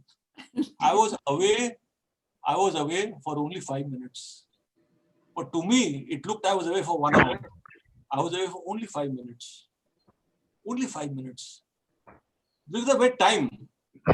Sat down there. I played till 5 o'clock in the morning, very happy. I made everybody very happy. And next day they said, Aditya plays very well. So when we met Babaji the next day, I said to him in my mind, please don't punish me. And please don't ask me why I ran away. I'm feeling very shy. The greatness of the Guru is he will never embarrass you in public. Never. Never. He will never embarrass you in public. Never. He never asked me a question. Never asked me till today. He never asked me why I ran away. Never. Because I learned my lesson. So I'm telling you, Babaji is everywhere. He's standing behind the Ramloti. He's standing behind Indira. He's everywhere. And watch out when he comes, boss. I'm really telling you this. It's not something simple. Just watch out. Isn't he going to come this year? Or Sorry? is he going to come this year or next year? Aditya ji. Nalini, I can't answer 23. that. I'm talking with all the thoughts that I have. I can't give you a prophecy. I'm not in that business Okay. I'm telling you the way my life is led. I'm telling you what I have understood. If you can make something out of it, it's good for you. Simple. I like to keep it simple. I'm happy with that. Bole Baba ki jai. Aditya ji. Okay. Hello, Aditya ji. Somebody else had a question? Or go ahead. Yes, go ahead, Anjani. Anjana, excuse me. Hello आवाज आ रही है आप लोगों को मेरी? हाँ जी go ahead. हाँ जी आदित्य जी भोले बाबा की जय। भोले बाबा जी और आज जब ये सारी बातें हो रही हैं तो मैं आपको ये बताना चाहती हूँ कि जो मेरी पहचान बाबा से हुई पिछले 1 साल में, मतलब ये बात है 2 जून 2020 की। उससे पहले मैं बाबा को जानती नहीं थी, उससे पहले मैंने बाबा का नाम भी नहीं सुना था। और 2 जून को मेरे को रात को सपना आया कि मतलब सपने में मुझे बाबा दिखाई दिए और उन्होंने मुझे एक ही बात बोली कि जैसे मतलब मुझे लगा जैसे हम केदारनाथ की पहाड़ी पे हैं, मैं हूँ और मेरे साथ एक कोई और है, केदारनाथ की पहाड़ी पे हैं, बाबा नीचे आ रहे हैं, मैं ऊपर चढ़ रही हूँ। तो उन्होंने मुझे एक ही बात बोली कि राम का जन्म तो हो चुका है। राम का जन्म तो हो चुका है और बोल के वो नीचे चले गए। बोल के नीचे चले गए। कोई संत थे मेरे लिए उस टाइम, वो कोई संत थे जिनको मैं जानती नहीं थी, लेकिन मैं मतलब ये बात मेरे दिमाग में 2-3 दिन तक चलती रही कि कौन थे जो मुझे ये बोल के गए कि राम का जन्म तो हो चुका है। फिर इस बात को मैं 3-4 दिन तक सोचती रही। फिर मैं ऐसे यूट्यूब पे सर्च कर रही थी, वैसे ही मतलब जैसे वीडियोस देखते रहते हैं, तो मैं वीडियोस ऐसे ही देख रही थी। उससे पहले मैंने कभी बाबा का नाम भी नहीं सुना था, आप यकीन करिएगा। और जब मैंने उस पे वीडियो में देख रही थी, उस पे एक मेरे सामने एक वीडियो आया कि एक ऐसे बाबा, हैड़ा खान बाबा, जो अंतरिक्ष में भी रहते हैं। और आदित्य जी, जब मैंने वो वीडियो खोला और उस वीडियो को देखने के बाद मैंने उसमें मतलब बाबा की, पुराने वाले बाबा की और इनकी भी तस्वीर थी। तो जो हमारे अभी वाले नए वाले बाबा थे, उनकी तस्वीर थी। जब मैंने उस तस्वीर को देखा, आप यकीन नहीं करेंगे, मतलब मुझे ऐसा लगा कि मतलब मैं क्या, मेरे सामने आ गया बिल्कुल वही सेम जो मैंने सपने में देखा था, बिल्कुल वही, मतलब वही रूप, वही तस्वीर, मतलब बिल्कुल सेम वही चीजें। और वो दिन और आज का दिन है, 1 साल होने जा रहा है। उससे पहले मैं बाबा को नहीं जानती थी, उससे मैंने जानना शुरू करा। पूरा यूट्यूब में मतलब जितना उनके बारे में मटेरियल पड़ा सारा देख चुकी हूँ। सर के, शम्मी जी के सारे वीडियोस में देख चुकी हूँ। उनका मतलब सारी चीजें मैंने, मतलब मेरी जानकारी ही वहां से हुई है। और मतलब मेरी पहचान ही बाबा से इस बात से हुई है कि राम का जन्म तो हो चुका है। और ये सब मतलब और ये मेरे लिए, जी नहीं बोलिए, आप खत्म कीजिए। जी। तो मतलब अभी ये सारी बातें क्योंकि चल रही थी, तो मुझे मतलब मैं सोच रही थी कि मैं बोलूं कि नहीं बोलूं, लेकिन अब मुझे लगा कि मुझे ये बात बोलनी चाहिए। आप इतने मतलब इतना उनके क्लोज रहे हैं, आपके गुरु, मेरे भी गुरु रहे होंगे, शायद मैंने इस जन्म में नहीं अभी तक उन्हें देखा। और इसके थ्रू मुझे जानना मिला, मतलब सपने में आके उन्होंने मुझे बताया जो भी कुछ है। उतना मुझे ज्ञान नहीं है अभी, लेकिन आप इतना उनको क्लोज रहे हैं, तो शायद आप कुछ समझ लें इस बात से, या आपको कुछ इससे पता चल जाए। जी, यही मैं बताना चाहती हूँ। जी, भोले बाबा की जय। मैं सबके लिए अनुवाद करता हूँ। I'll translate a little bit for everybody else. So this lady had a dream. In a dream, she's walking up the mountain to go to Kedarnath, and there is this holy man coming down the mountain, and the holy man tells her that Lord Ram has already been born. Lord Ram has already been born. It's like a little password or something very cryptic. So this lady comes down and she wakes up. When she wakes up, she wonders that what was the dream that I had, and she goes to YouTube and she finds out that the person I met is Bhole Baba. Now she is wondering what does that mean that Lord Ram is born. So Lord Ram is born, that according to. Oops. Wait, I'm sorry. I muted you. We lost you. We lost your voice. We lost you. Aditya, can you unmute? Sorry.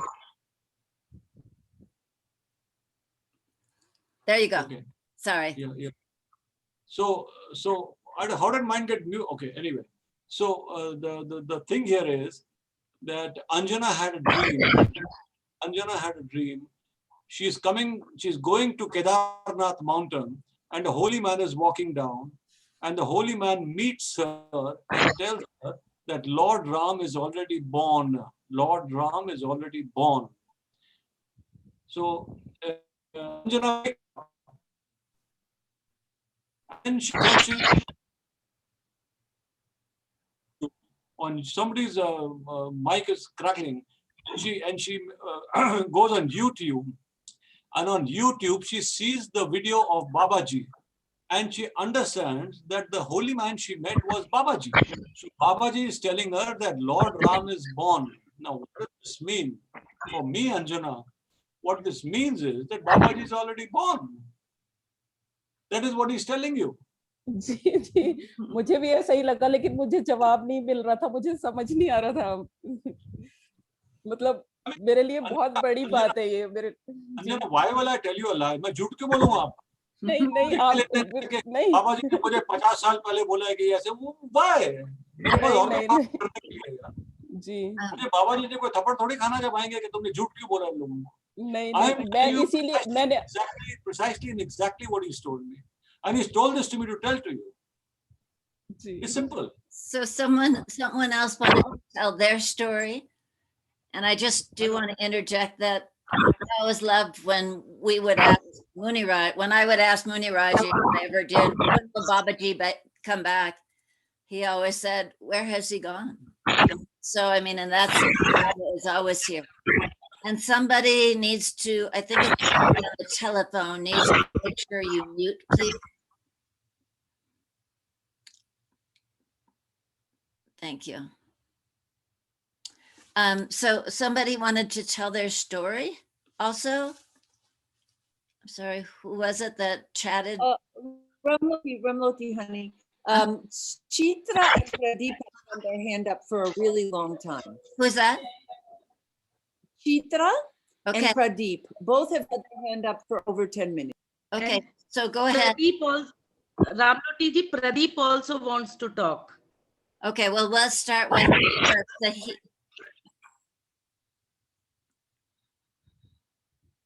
Hello.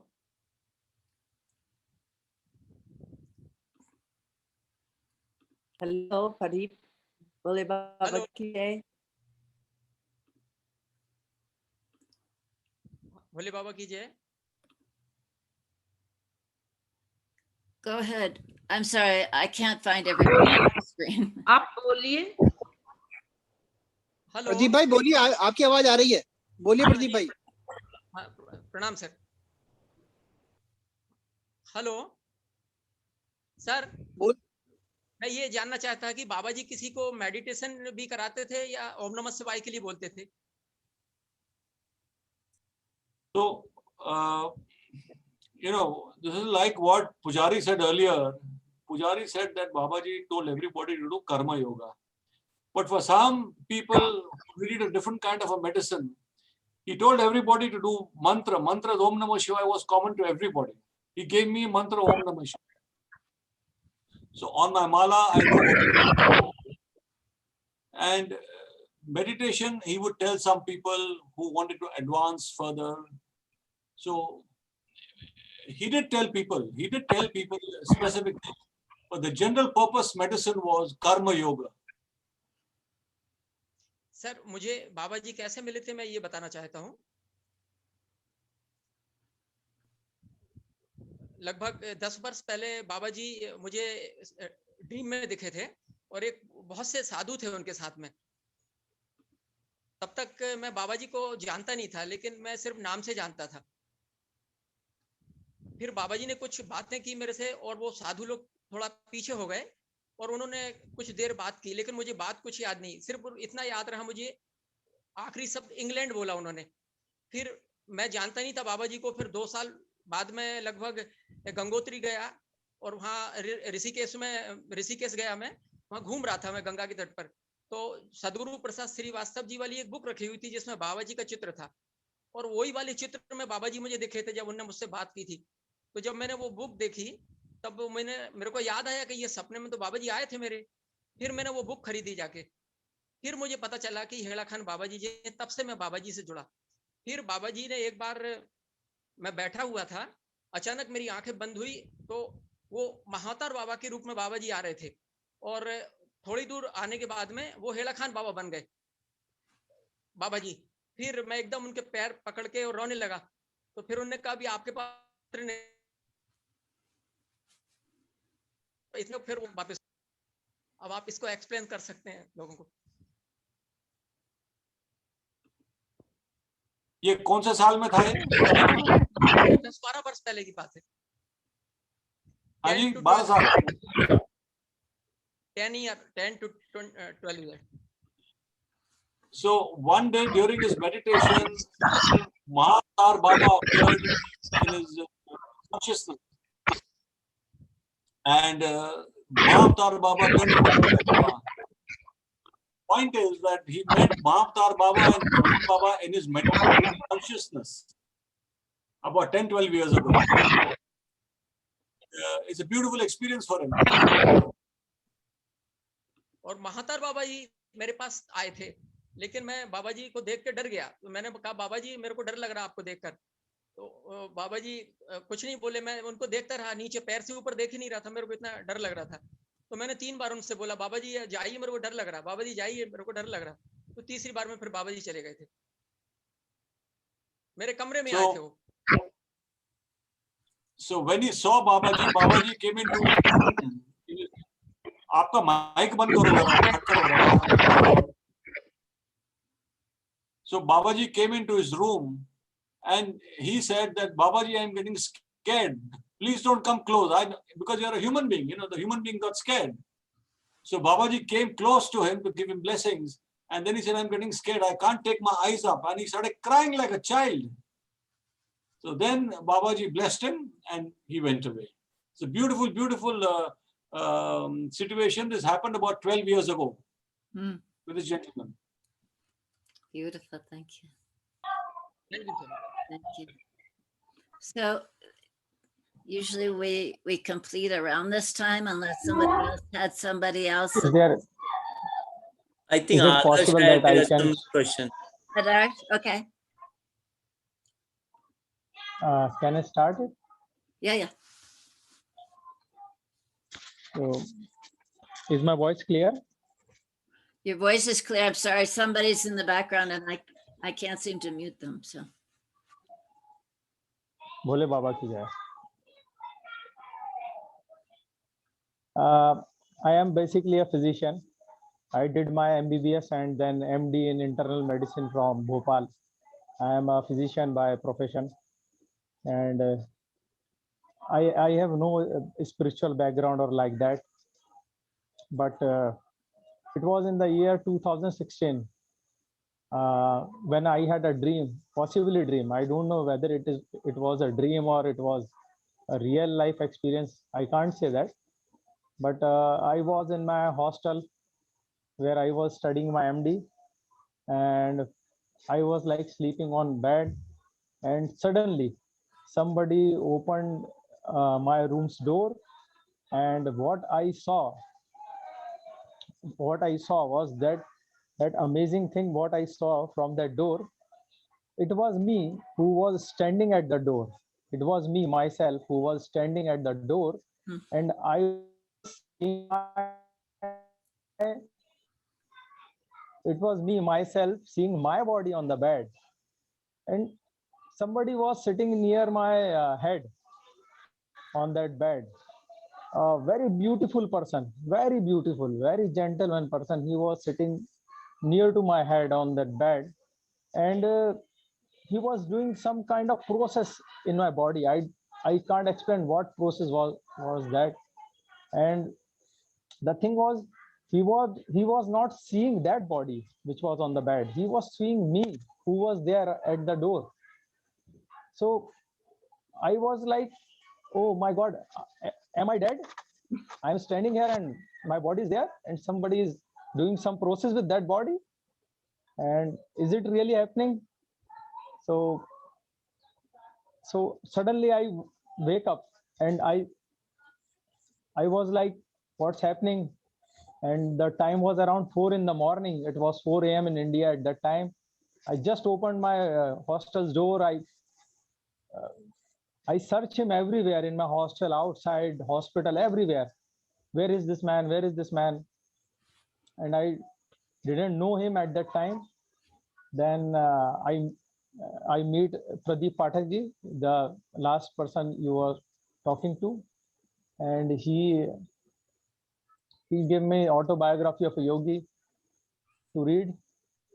And in search of that book, I went to a bookstore in Bhopal, in India. And in that bookstore, I was searching books related to this particular field. And at that moment, one small book coming out of the rack by itself, it was like my experience. It was coming out of the rack.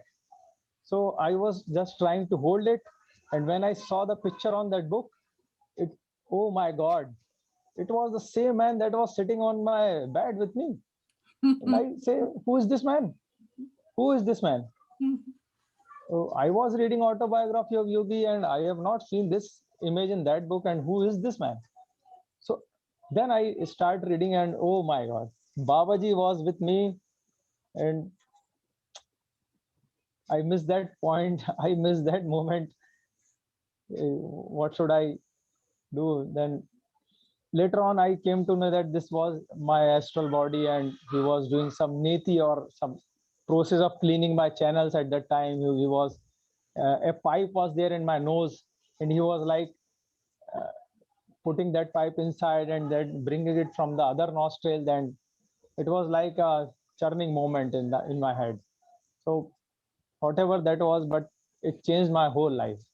It changed my whole life, my perspective, my vision, my thought process, looking at the patients. Everything was changed from that moment of my life. I'm so grateful. It was in the year 2016. That was beautiful. Thank you. Thank you for sharing. Beautiful, beautiful. Beautiful. Thank you. Beautiful. Please keep connecting if you can, okay, with the different devotees from around the world. It inspires us all. Thank you. It was a dream come true talking to you people. It was a dream come true. Every week, one hour later, generally, so you can find it. Ramloti, do you have time for Chitra? Chitra, do you still have a question? You've been so patient, love. I'm sorry.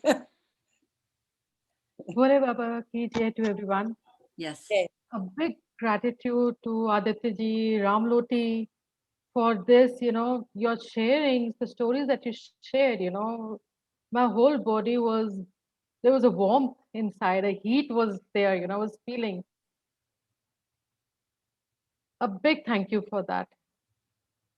Thank you. There's a high energy was there while you were sharing, Aditya ji. It was a blessing, really blessing that I got to know on Facebook, that this is happening. And I was like, I have to be there. I have a question.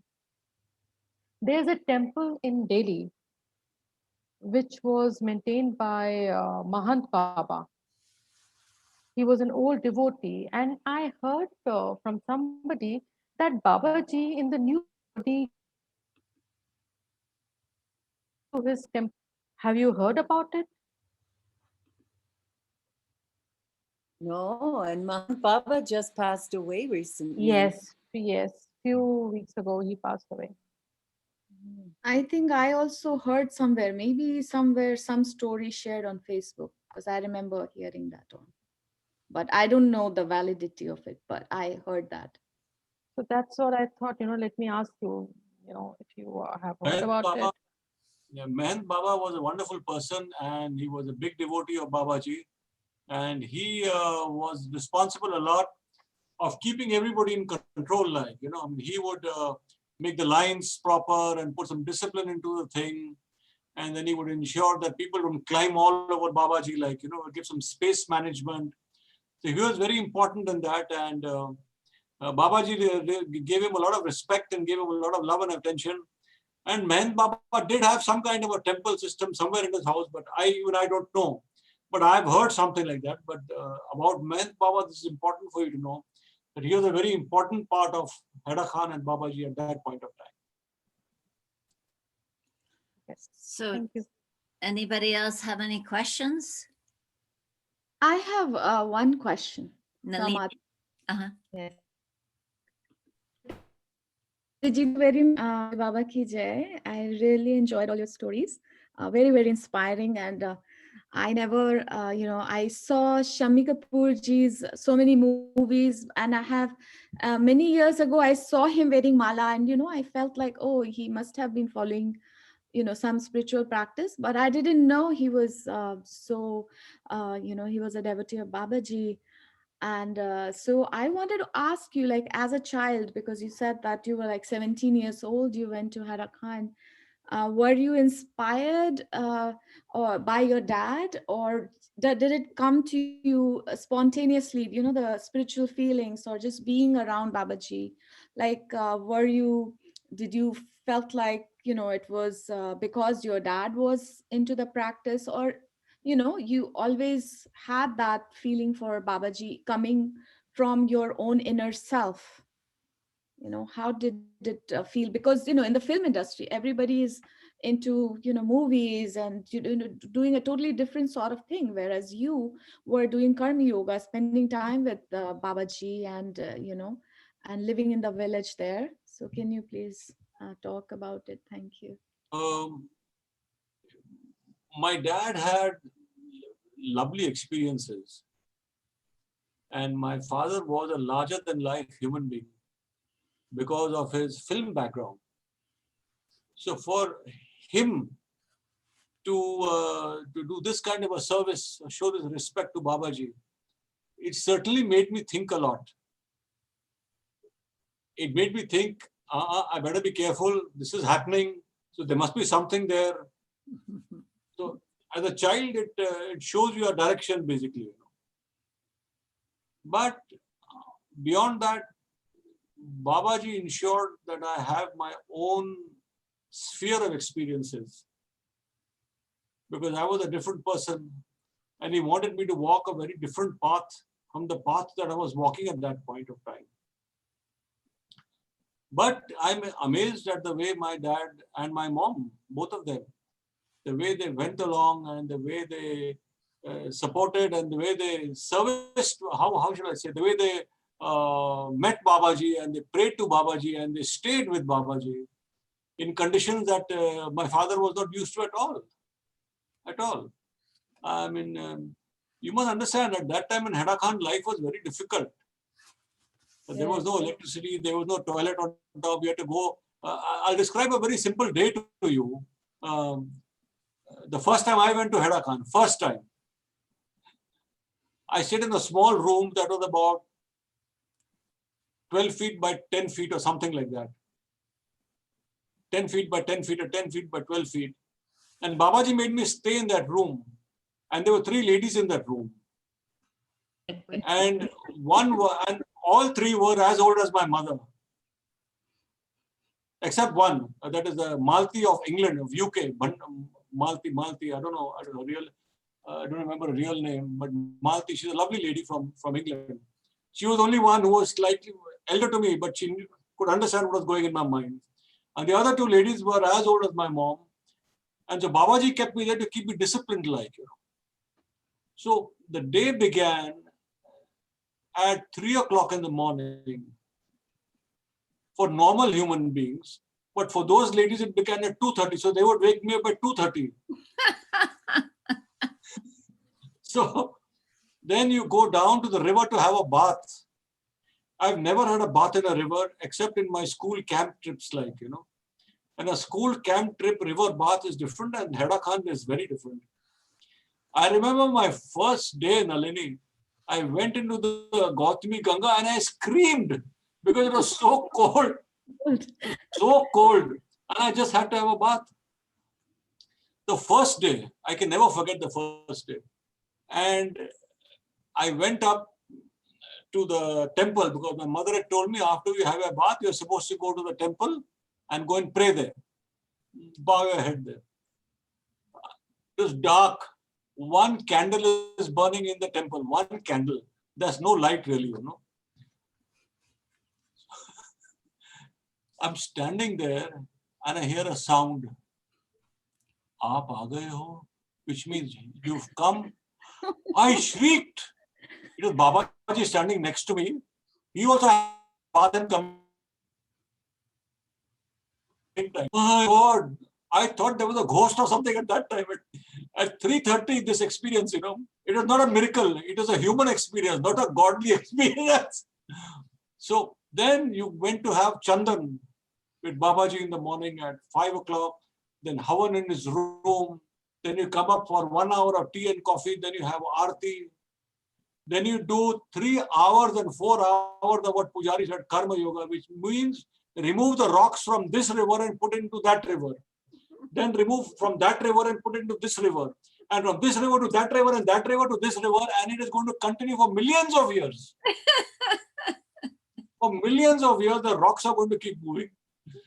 And it's amazing. This is what Babaji used to make us do. And then at about 11:30 was at that time, 11:30 was the food, the lunch. But at that time, we only used to have one meal. So 11:30 was the only meal of the day. So you ate like anything. Only one meal. Then from 12 o'clock to 3 o'clock, you could chill out, which means you could go to sleep. Everybody would go to sleep. But because there were ladies in the room, I had to do something else with myself, So I had to go out. And I was a young guy, so I like to go to the BD shop and cigarette shop and samosa and chai. Heda Khan is a beautiful place for a 17-year-old to get lost in. It's beautiful, absolutely. It's like Yellowstone National Park, in America. Something like that. For an Indian, this is the best way of describing it. And at 3:34, we are supposed to go down to the river for a bath. Again, second bath of the day. I'm trying to tell you what I did. So remember, my father did the same thing. Coming back to your thing of how difficult it was for him. You go to the river and the second time that you go, you're supposed to go to toilet in the river. Not in the river side, which means where the rocks are. If you're standing on the staircase, logically you should be able to see everybody going to the toilet, but you could see nobody. I don't know how. You could see nobody. I don't know how this happened. It's some kind of a scientific miracle that took place. So then you have a bath and you wash your clothes. I used to never wash my clothes. Never. My thinking was, if the river is pure, it washes me. I'm pure. Then if I have a bath with my clothes, even my clothes will become pure.